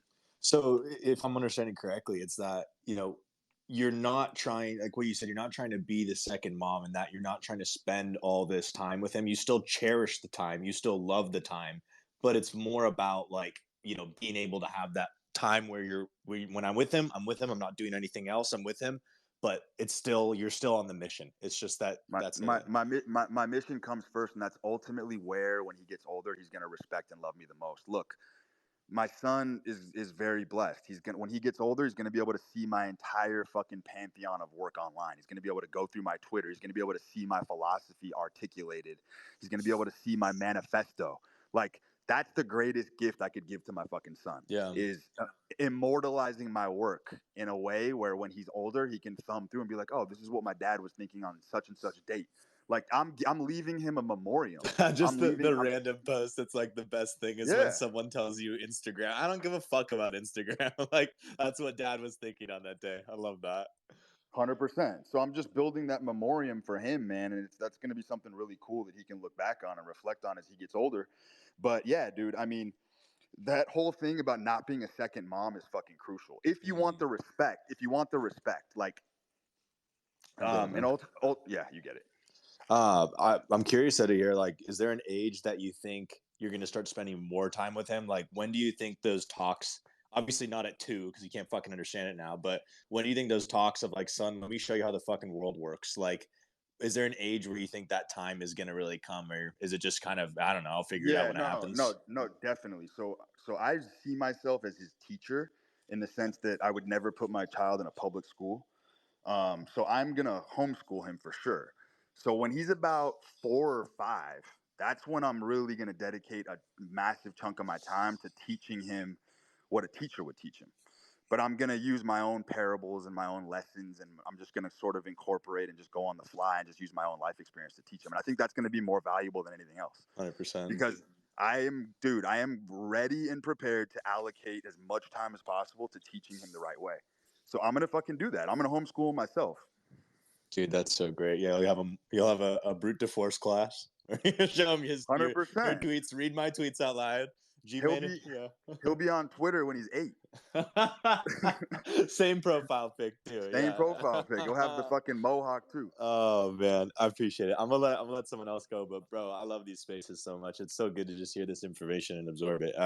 Genuinely, dude, like there's some stuff I read it, I'm like, I don't know if I agree on that, and then I'll just sit there, I'm like, why? Why don't you just fucking question yourself and try and figure out why don't you agree with him on that? And it's been a very interesting thought and experiment. So I appreciate you, man. Thank you for doing what you do, man. Yep. Take care, bro.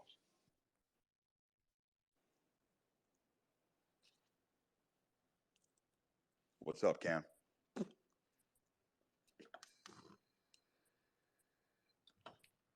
Yo, Cam, you on?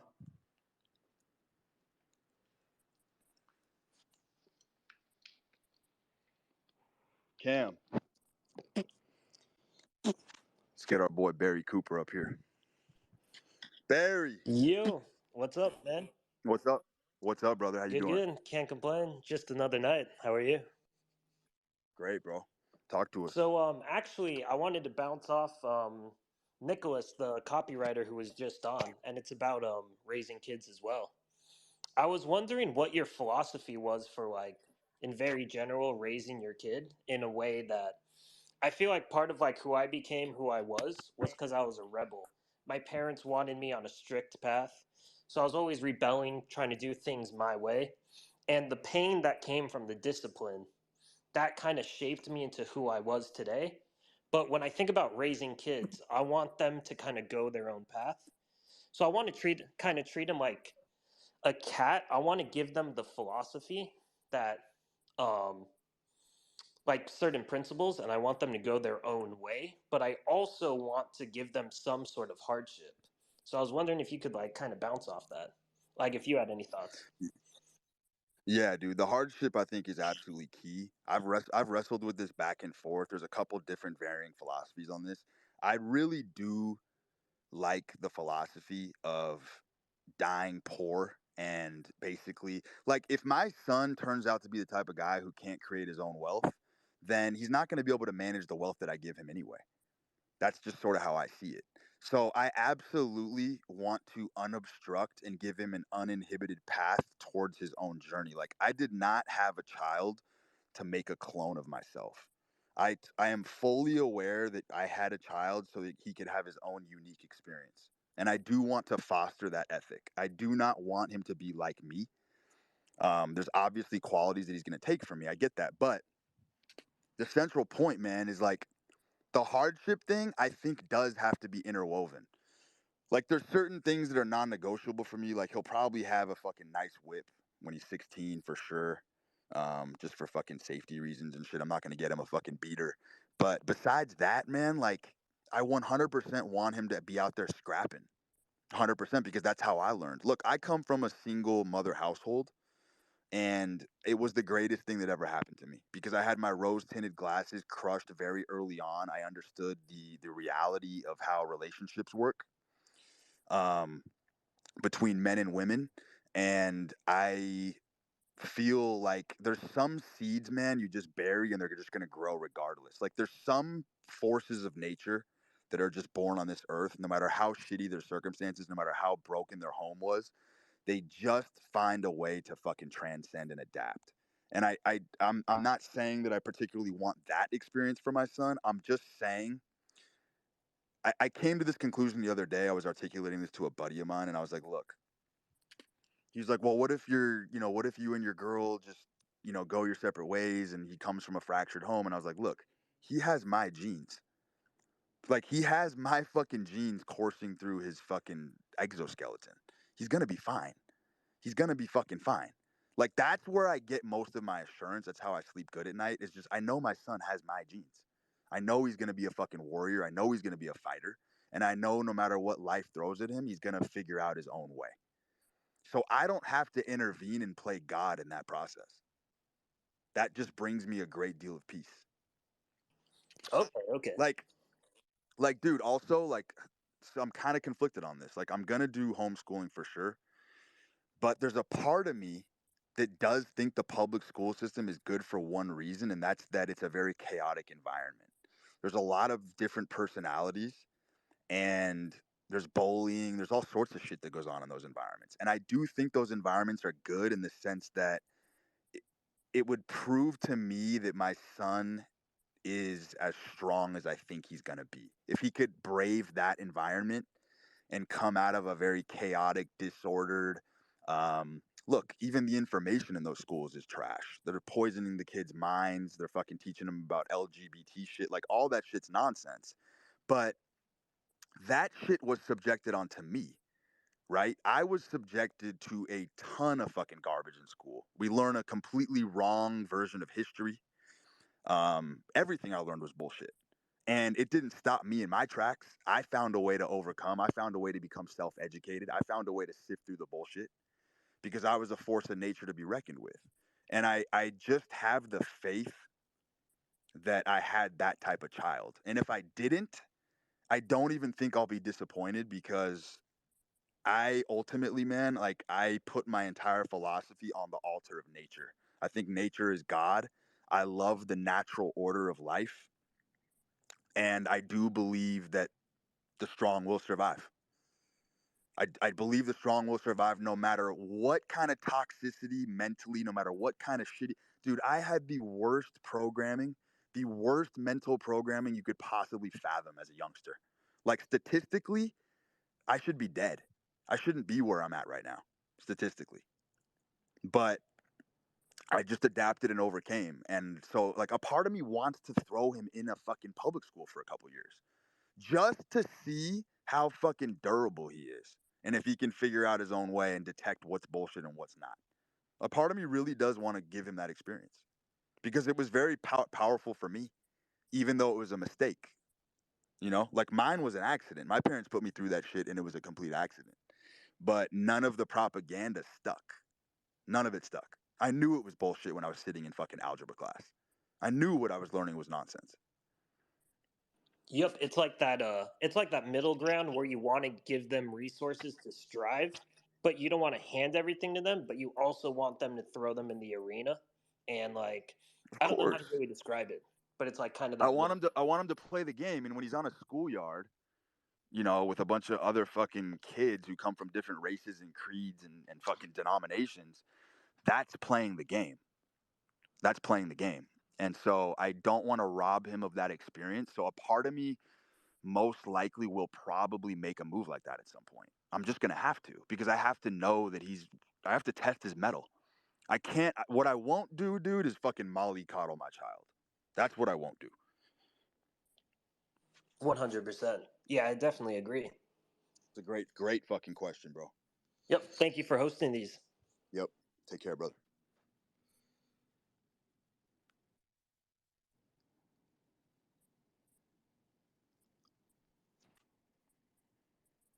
Let's get Iron Will up here. Hey, Brew, how you doing? What's up, bro? Quick question based on, what you're talking about before in terms of relationships. Do you think, or in a sense, how would you define friendship in terms of, is it acquaintances, is it a sphere of influence, or is it, people you just bullshit with? Man, that's a great question. So friendships, I do believe um, in the ethic that everybody has to pull their own weight. In other words, I cannot be friends with somebody who cannot pull the same kind of weight I can pull. Does that make sense? Whether it's even financially, like there's a common theme in successful circles. People who have money do not like being friends with people who don't have money because they pull everybody down. Sounds shallow on the surface, but it's not once you dig deeper. I believe that every friend sort of has a responsibility to kind of toe the tide, and like you have to have people that are very, very, very cut from a similar cloth of yourself. Like it's very hard to step down socioeconomically and be true friends with somebody long term. It's tough. It's tough. Mhm. Not saying you can't shoot the shit, not saying you can't crack a cigarette and have a fucking amazing conversation. Of course you can. But that's more of an acquaintance. The people that I'm willing to die for are people that are at a reasonable level of talent that's similar to my own, if that makes sense. Definitely does. In terms of, other relationships, let's say women, I think in a lot of senses, especially with a lot of friends, it starts off as tabula rasa. Do you think when it comes to women and those things, do you build that up through detail and really writing down everything that needs to be done, or do you think it's more inherent towards just the man that you are? Towards the man that you are. I've never had, so it's by example. Women can clearly see that I have a very strong, robust physique. I'm healthy. My eyes are fucking my eyes are fucking egg white. I'm just like my hair is fucking healthy. I'm a fucking portrait of health, okay? Hmm. Every woman I have ever dated, going back maybe 16, 17 years, has always, without me prompting them, replicated my diet to a T. They start eating carnivore, they stop drinking, they stop fucking eating fried foods. They want to eat and they want to comport their lifestyle to very, very closely mimic my own. They start sitting out in the sun with me. They were scared of the sun before.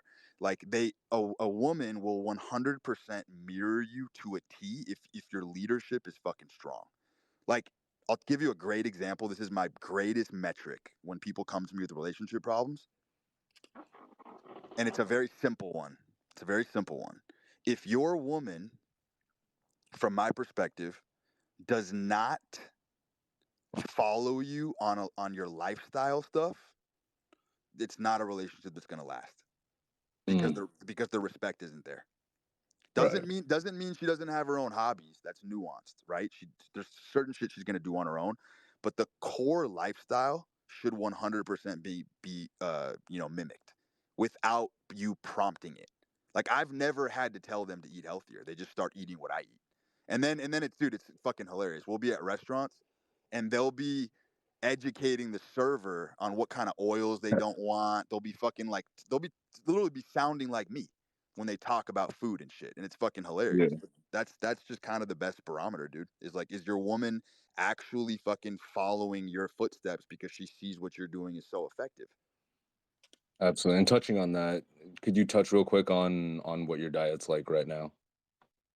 Yeah, so I'm on steak and eggs every morning right now. I do like a hanger or like a flank steak. I do about 12 eggs. I don't do raw. I scramble them. Sometimes I do poached. Um, then I go work out. I skip lunch and then I just eat a massive dinner, which is basically just like unlimited steak, pork. Sometimes I'll do raw cheese, raw milk. But yeah, dude, I mean, I'm pretty much heavy carnivore. Actually, I've been adding in skinless potatoes lately because Mm. I've been training like a fucking monster lately because I want to snatch 300 pounds again. So And you find like having a lack of carbs doesn't really affect you in the gym? honestly, no, because when I'm strict carnivore and I don't have carbs, I am about 80% fat. I'm eating really, really fucking fatty beef. That's crazy. And yeah, it's crazy. So if you don't have carbs, you have to up the fuck out of the fats in order to get the energy. I feel great. I mean, dude, I lifted big ass fucking weight for years with no carbs. Here's Yeah, the I've been thing running though. those. I notice when I add in any carbs at all, even potatoes, my joints hurt a little bit for sure. There's some inflammation there on some of that glucose. Like See. I'm pretty sensitive to sugar. So like any sugar that I consume at all, I'll definitely after a hard lifting session, I'll feel some aches and pains and shit in my joints. But if I stay strict carnivore, my systemic inflammation is so low that I actually don't feel any pain at all. Dude, and it's right away. My body's so sensitive because my insulin sensitivity is so good because I'm healthy. As soon as I eat a fucking potato, like 2 hours later, I'll notice like my fucking lower back has like a fucking pang in it or some shit. Yeah. Yeah, just instant inflammation. And final question in terms of books, I know you've touched a little bit on kind of the ones that have changed you the most. I'm getting through Atlas Shrugged right now, which I feel like mimics a lot of things that you say. You have any deep recommendations? Yeah, Ayn Rand is amazing, dude. I fuck with her philosophy big. I don't know, dude. Camille Paglia has some really fucking interesting shit too. I would get into her. She's fucking good. I don't know, dude. I've read all that shit. I've read fucking Dostoevsky, Tolstoy. Um, Never really got into the French existentialists. The Germans are fucking good. Nietzsche. I'm just, I don't know, man. I was in the library for many years, just picking up random fucking books, and I would just fucking devour them. I actually really like a lot of Richard Dawkins shit. Yeah, those books Uh, are dense as fuck. I'll check that out. Yeah. Climbing Mount Improbable is a fucking phenomenal book. There's another really fucking obscure book that's really old called A Rabors. It means Against the Grain. It's by a guy named J.K. Huisman. That's a Mhm. really fucking heady book. And if you really want like a heady fucking book, you read Moby Dick. Moby Dick is the American Iliad, and I'll tell you, like most people that read Moby Dick get eliminated within the first 20 pages because it's so fucking dense and the references are so absurd that you actually do have to look them up. That guy was a fucking genius, Melville. But yeah, dude, Moby Dick was actually probably the best book I've ever read, just from a syntax perspective. The way that guy fucking structured sentences, he invented words. There's a lot of portmanteaus in there. It's just a fucking beautiful work of art. I'm trying to think of some other ones, man. Fucking Iliad is a must read. Mhm. The Iliad is a fucking must read. Must read. It's got the entire masculine ethos. Is all within the pages of that book. And then, I mean, yeah, man, you're gonna have to cop mine when mine comes out. Yeah, absolutely. That's on the list for sure. All right, appreciate it. Yep.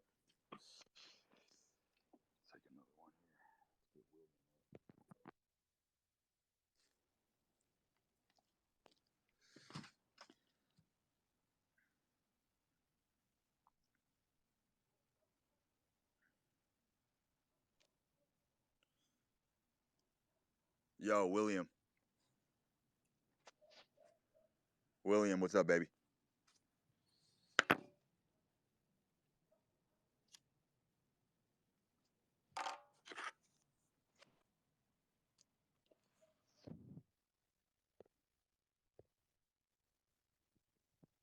Guys, I'll plug my shit. If you seriously, if you are a crypto investor and you want to work with me, DM me right now.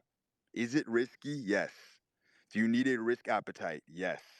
Is it dangerous? Yes. Will I fucking rock with you until the bitter end and use my resources to help you? Yes.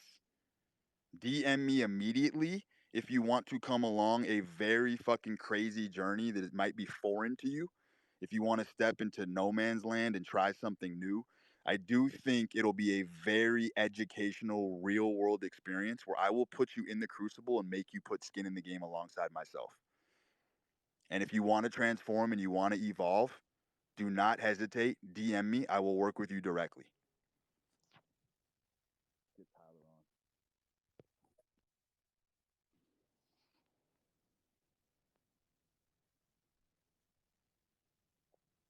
Yo, Tyler.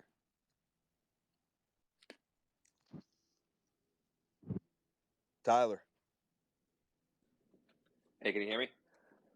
Yep. What's up, brother? Hey, sorry, I was on mute there. I don't know why it automatically puts me on mute. Yes, quick question for you, brother. So I've been, like some other guys have said before, been listening to all your spaces, following your tweets and everything. Love the philosophy, love the fire. Just wanna be straightforward with my stuff. I've usually played it safe in life, whether it's business, work, et cetera, et cetera. I guess what would be the one thing above all else if you wanted to stop playing it safe and really just grab life by the balls, kind of like how you do?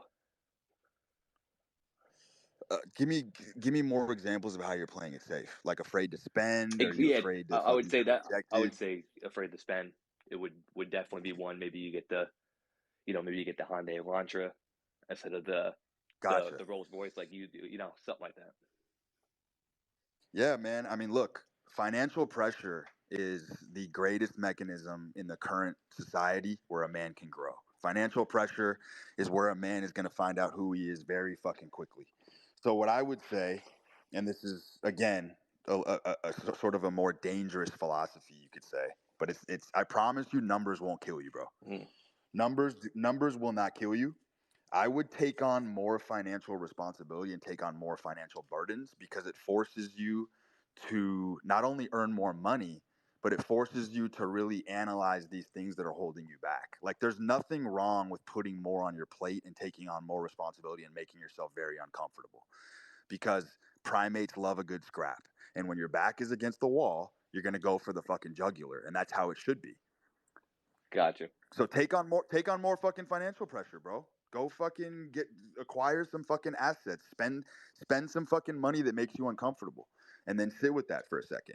And then understand that you're gonna be furious to reclaim what you just lost. And then maybe it'll whip you up into a fucking frenzy and you'll turn into sort of a berserker and you'll fucking go get a fucking side income, or maybe you'll fucking build a bigger business. Whatever it is, dude, you never, ever, ever will evolve or change until you put pressure on yourself. And unfortunately, we live in a society where no one's going to do it for you. You have to orchestrate these things yourself. You have to subject yourself to it because society is so easy. We have all the technology, dude. Like you're never really going to die in this world if you fail. You're just really not. Right. I think it's just you have you get set in certain routines. You get comfortable. I think that's really the main word. You Well, get comfortable, and it's like you got to find a way to like lit a fire up on your ass and go put that pressure on yourself, kind of like what you said. I guess how would you go about well, that? you want to be tested right now, is what you're telling me. You're a man who has not really tested your limits or capabilities, so you're sort of wrestling with the fact that you really don't know who you are because you don't really know you don't really know who you would become if you put yourself in a very high pressure situation. See, here's the thing. Most people will not take a huge leap of faith or take a huge risk in life, not because they're afraid if they fail they're going to starve to death or die or how am I going to pay my bills. None of that truly matters when it comes down to it. What people are afraid of is who do I now have to become to get myself out of the situation that I'm in. Mm-hmm. That's what's scary as fuck. Who am I going to become? You might come out of the other side of that pressure a completely different version of yourself that has been previously unknown to you. You might develop characteristics and fangs that you didn't even know you fucking had. Mm-hmm. And that's extremely fucking terrifying for most men. That's why they don't go after their dreams, because who the fuck are you going to be on the other side? You don't know until you get there. Right. So you don't think know. like it's the uncertainty of it? Of course. Yeah. You have no clue because you have no clue the kind of man you're going to have to be to rise to that call. Because you're going to have to change. If I put a ton of pressure on you right now, Mm-hmm. a ton of it, and I tell you, listen, if you don't come up with if you don't build a business by tomorrow and get something up and get a fucking sale on a call, Right. in 2 days you're going to be on the street. Right. How fast do you think you're going to make that first sale? Right. Right. It's like I guarantee you It's will. like I almost wish like I used to be in a sales job, and we used to have this joke, like, I wish somebody would come like into your room each day, put a gun to your head, and be like, listen, motherfucker, like if you don't get a sale today, if you don't close a deal, I'm coming back. It's like you almost need that fire Exactly. sometimes. Exactly. And winners do have that proverbial gun at their head every day. Right. That's why they're so good, because losing is so miserable and feels so fucking terrible to them that they have no choice. They have to stay ahead of the game every fucking day because they hate being average that much. Right. And now, one other thing with that, so when you say hate being average that much, is that something that you think every man or every person that's an innate characteristic, or do you think it's just some people have it, some people don't? No, I think all men, if you asked any man on a survey, I think every single man would say that they hate being average, for sure. Yeah. What happens is I think guys don't really do what I'm telling you to do. They don't put enough pressure on themselves. And then what happens is they fall into these packs of other men that are also average, and they feel comfortable there because there's invisibility there. Mm-hmm. Like, you're not really going to ruffle any feathers. No one's really going to trample on you. If you're in a big pack of guys when you're out, you're not really going to get into a fight. You're not really going to get chicks either, but at least you're safe because you're just within your in group. Right. You know what I mean? Yep. I think most guys kind of fall when they give up on life. They become invisible. They just want to be invisible. They don't want to step on anybody's toes, but they don't want their toes stepped on either. And they don't want to be in the hot seat. Right. They don't want to be accountable to anybody, and they just kind of give up, and that's their life. Pretty much their life story kind of ends there. Gotcha. So, dude, it's all pressure, man. Everything is fucking pressure. Everything is pressure for a man. It's all fucking pressure, dude. There are guys before your morning coffee is done being brewed that have to fucking get on 10 hysterical, nasty, nauseating phone calls. Businesses are blowing up. Nasty divorces. Cars are being fucking repoed. They're getting this fucking house foreclosed on. And guess what? Before you've even fucking taken a sip of coffee, these motherfuckers have extinguished 5 fires. Yeah. And they're in the game, and their guns blazing, and they're finding a way to be happy, and they're carving out happiness for themselves because they're winners and they know they're going to be okay. They know they're going to be okay, even though everything's fucking falling apart. But that's the pressure that makes them respond. They wake up every day. They're alive. They have the fucking fire burning in their heart because they have a bunch of fires to put out. That's why I've always said, if you're a guy in the position that you're in, dude, you have to start some fires. You have to start some fires, ignite some fires. Because guess what a fire is? A fire draws attention. Then all of a sudden, you're trying to put out the fire. Then guess what? You got loved ones, you got family, you got friends you can recruit to help you put out that fire. Mm-hmm. Now you got a business because you got a team. Now other people are interested in helping you put out the fire. So you got to start some fucking fires, dude. You got to be an arsonist. Metaphorically, like, you got to be an arsonist. You got to fucking start some fires. And then that's going to just kick you in a completely different gear, and you will become an entirely different fucking man. All right. Good shit. Thanks, Root. Appreciate it. And hey, when's the book coming out? Fuck, dude. I'm like halfway done right now. I would say probably by summer. All right. I want to do it right, man, because it's going to be a fucking manifesto. No, I'm sure it will. Appreciate your time, man. Yep. Take care. Take care. All right, guys. I'm going to close out. It's been an absolute pleasure.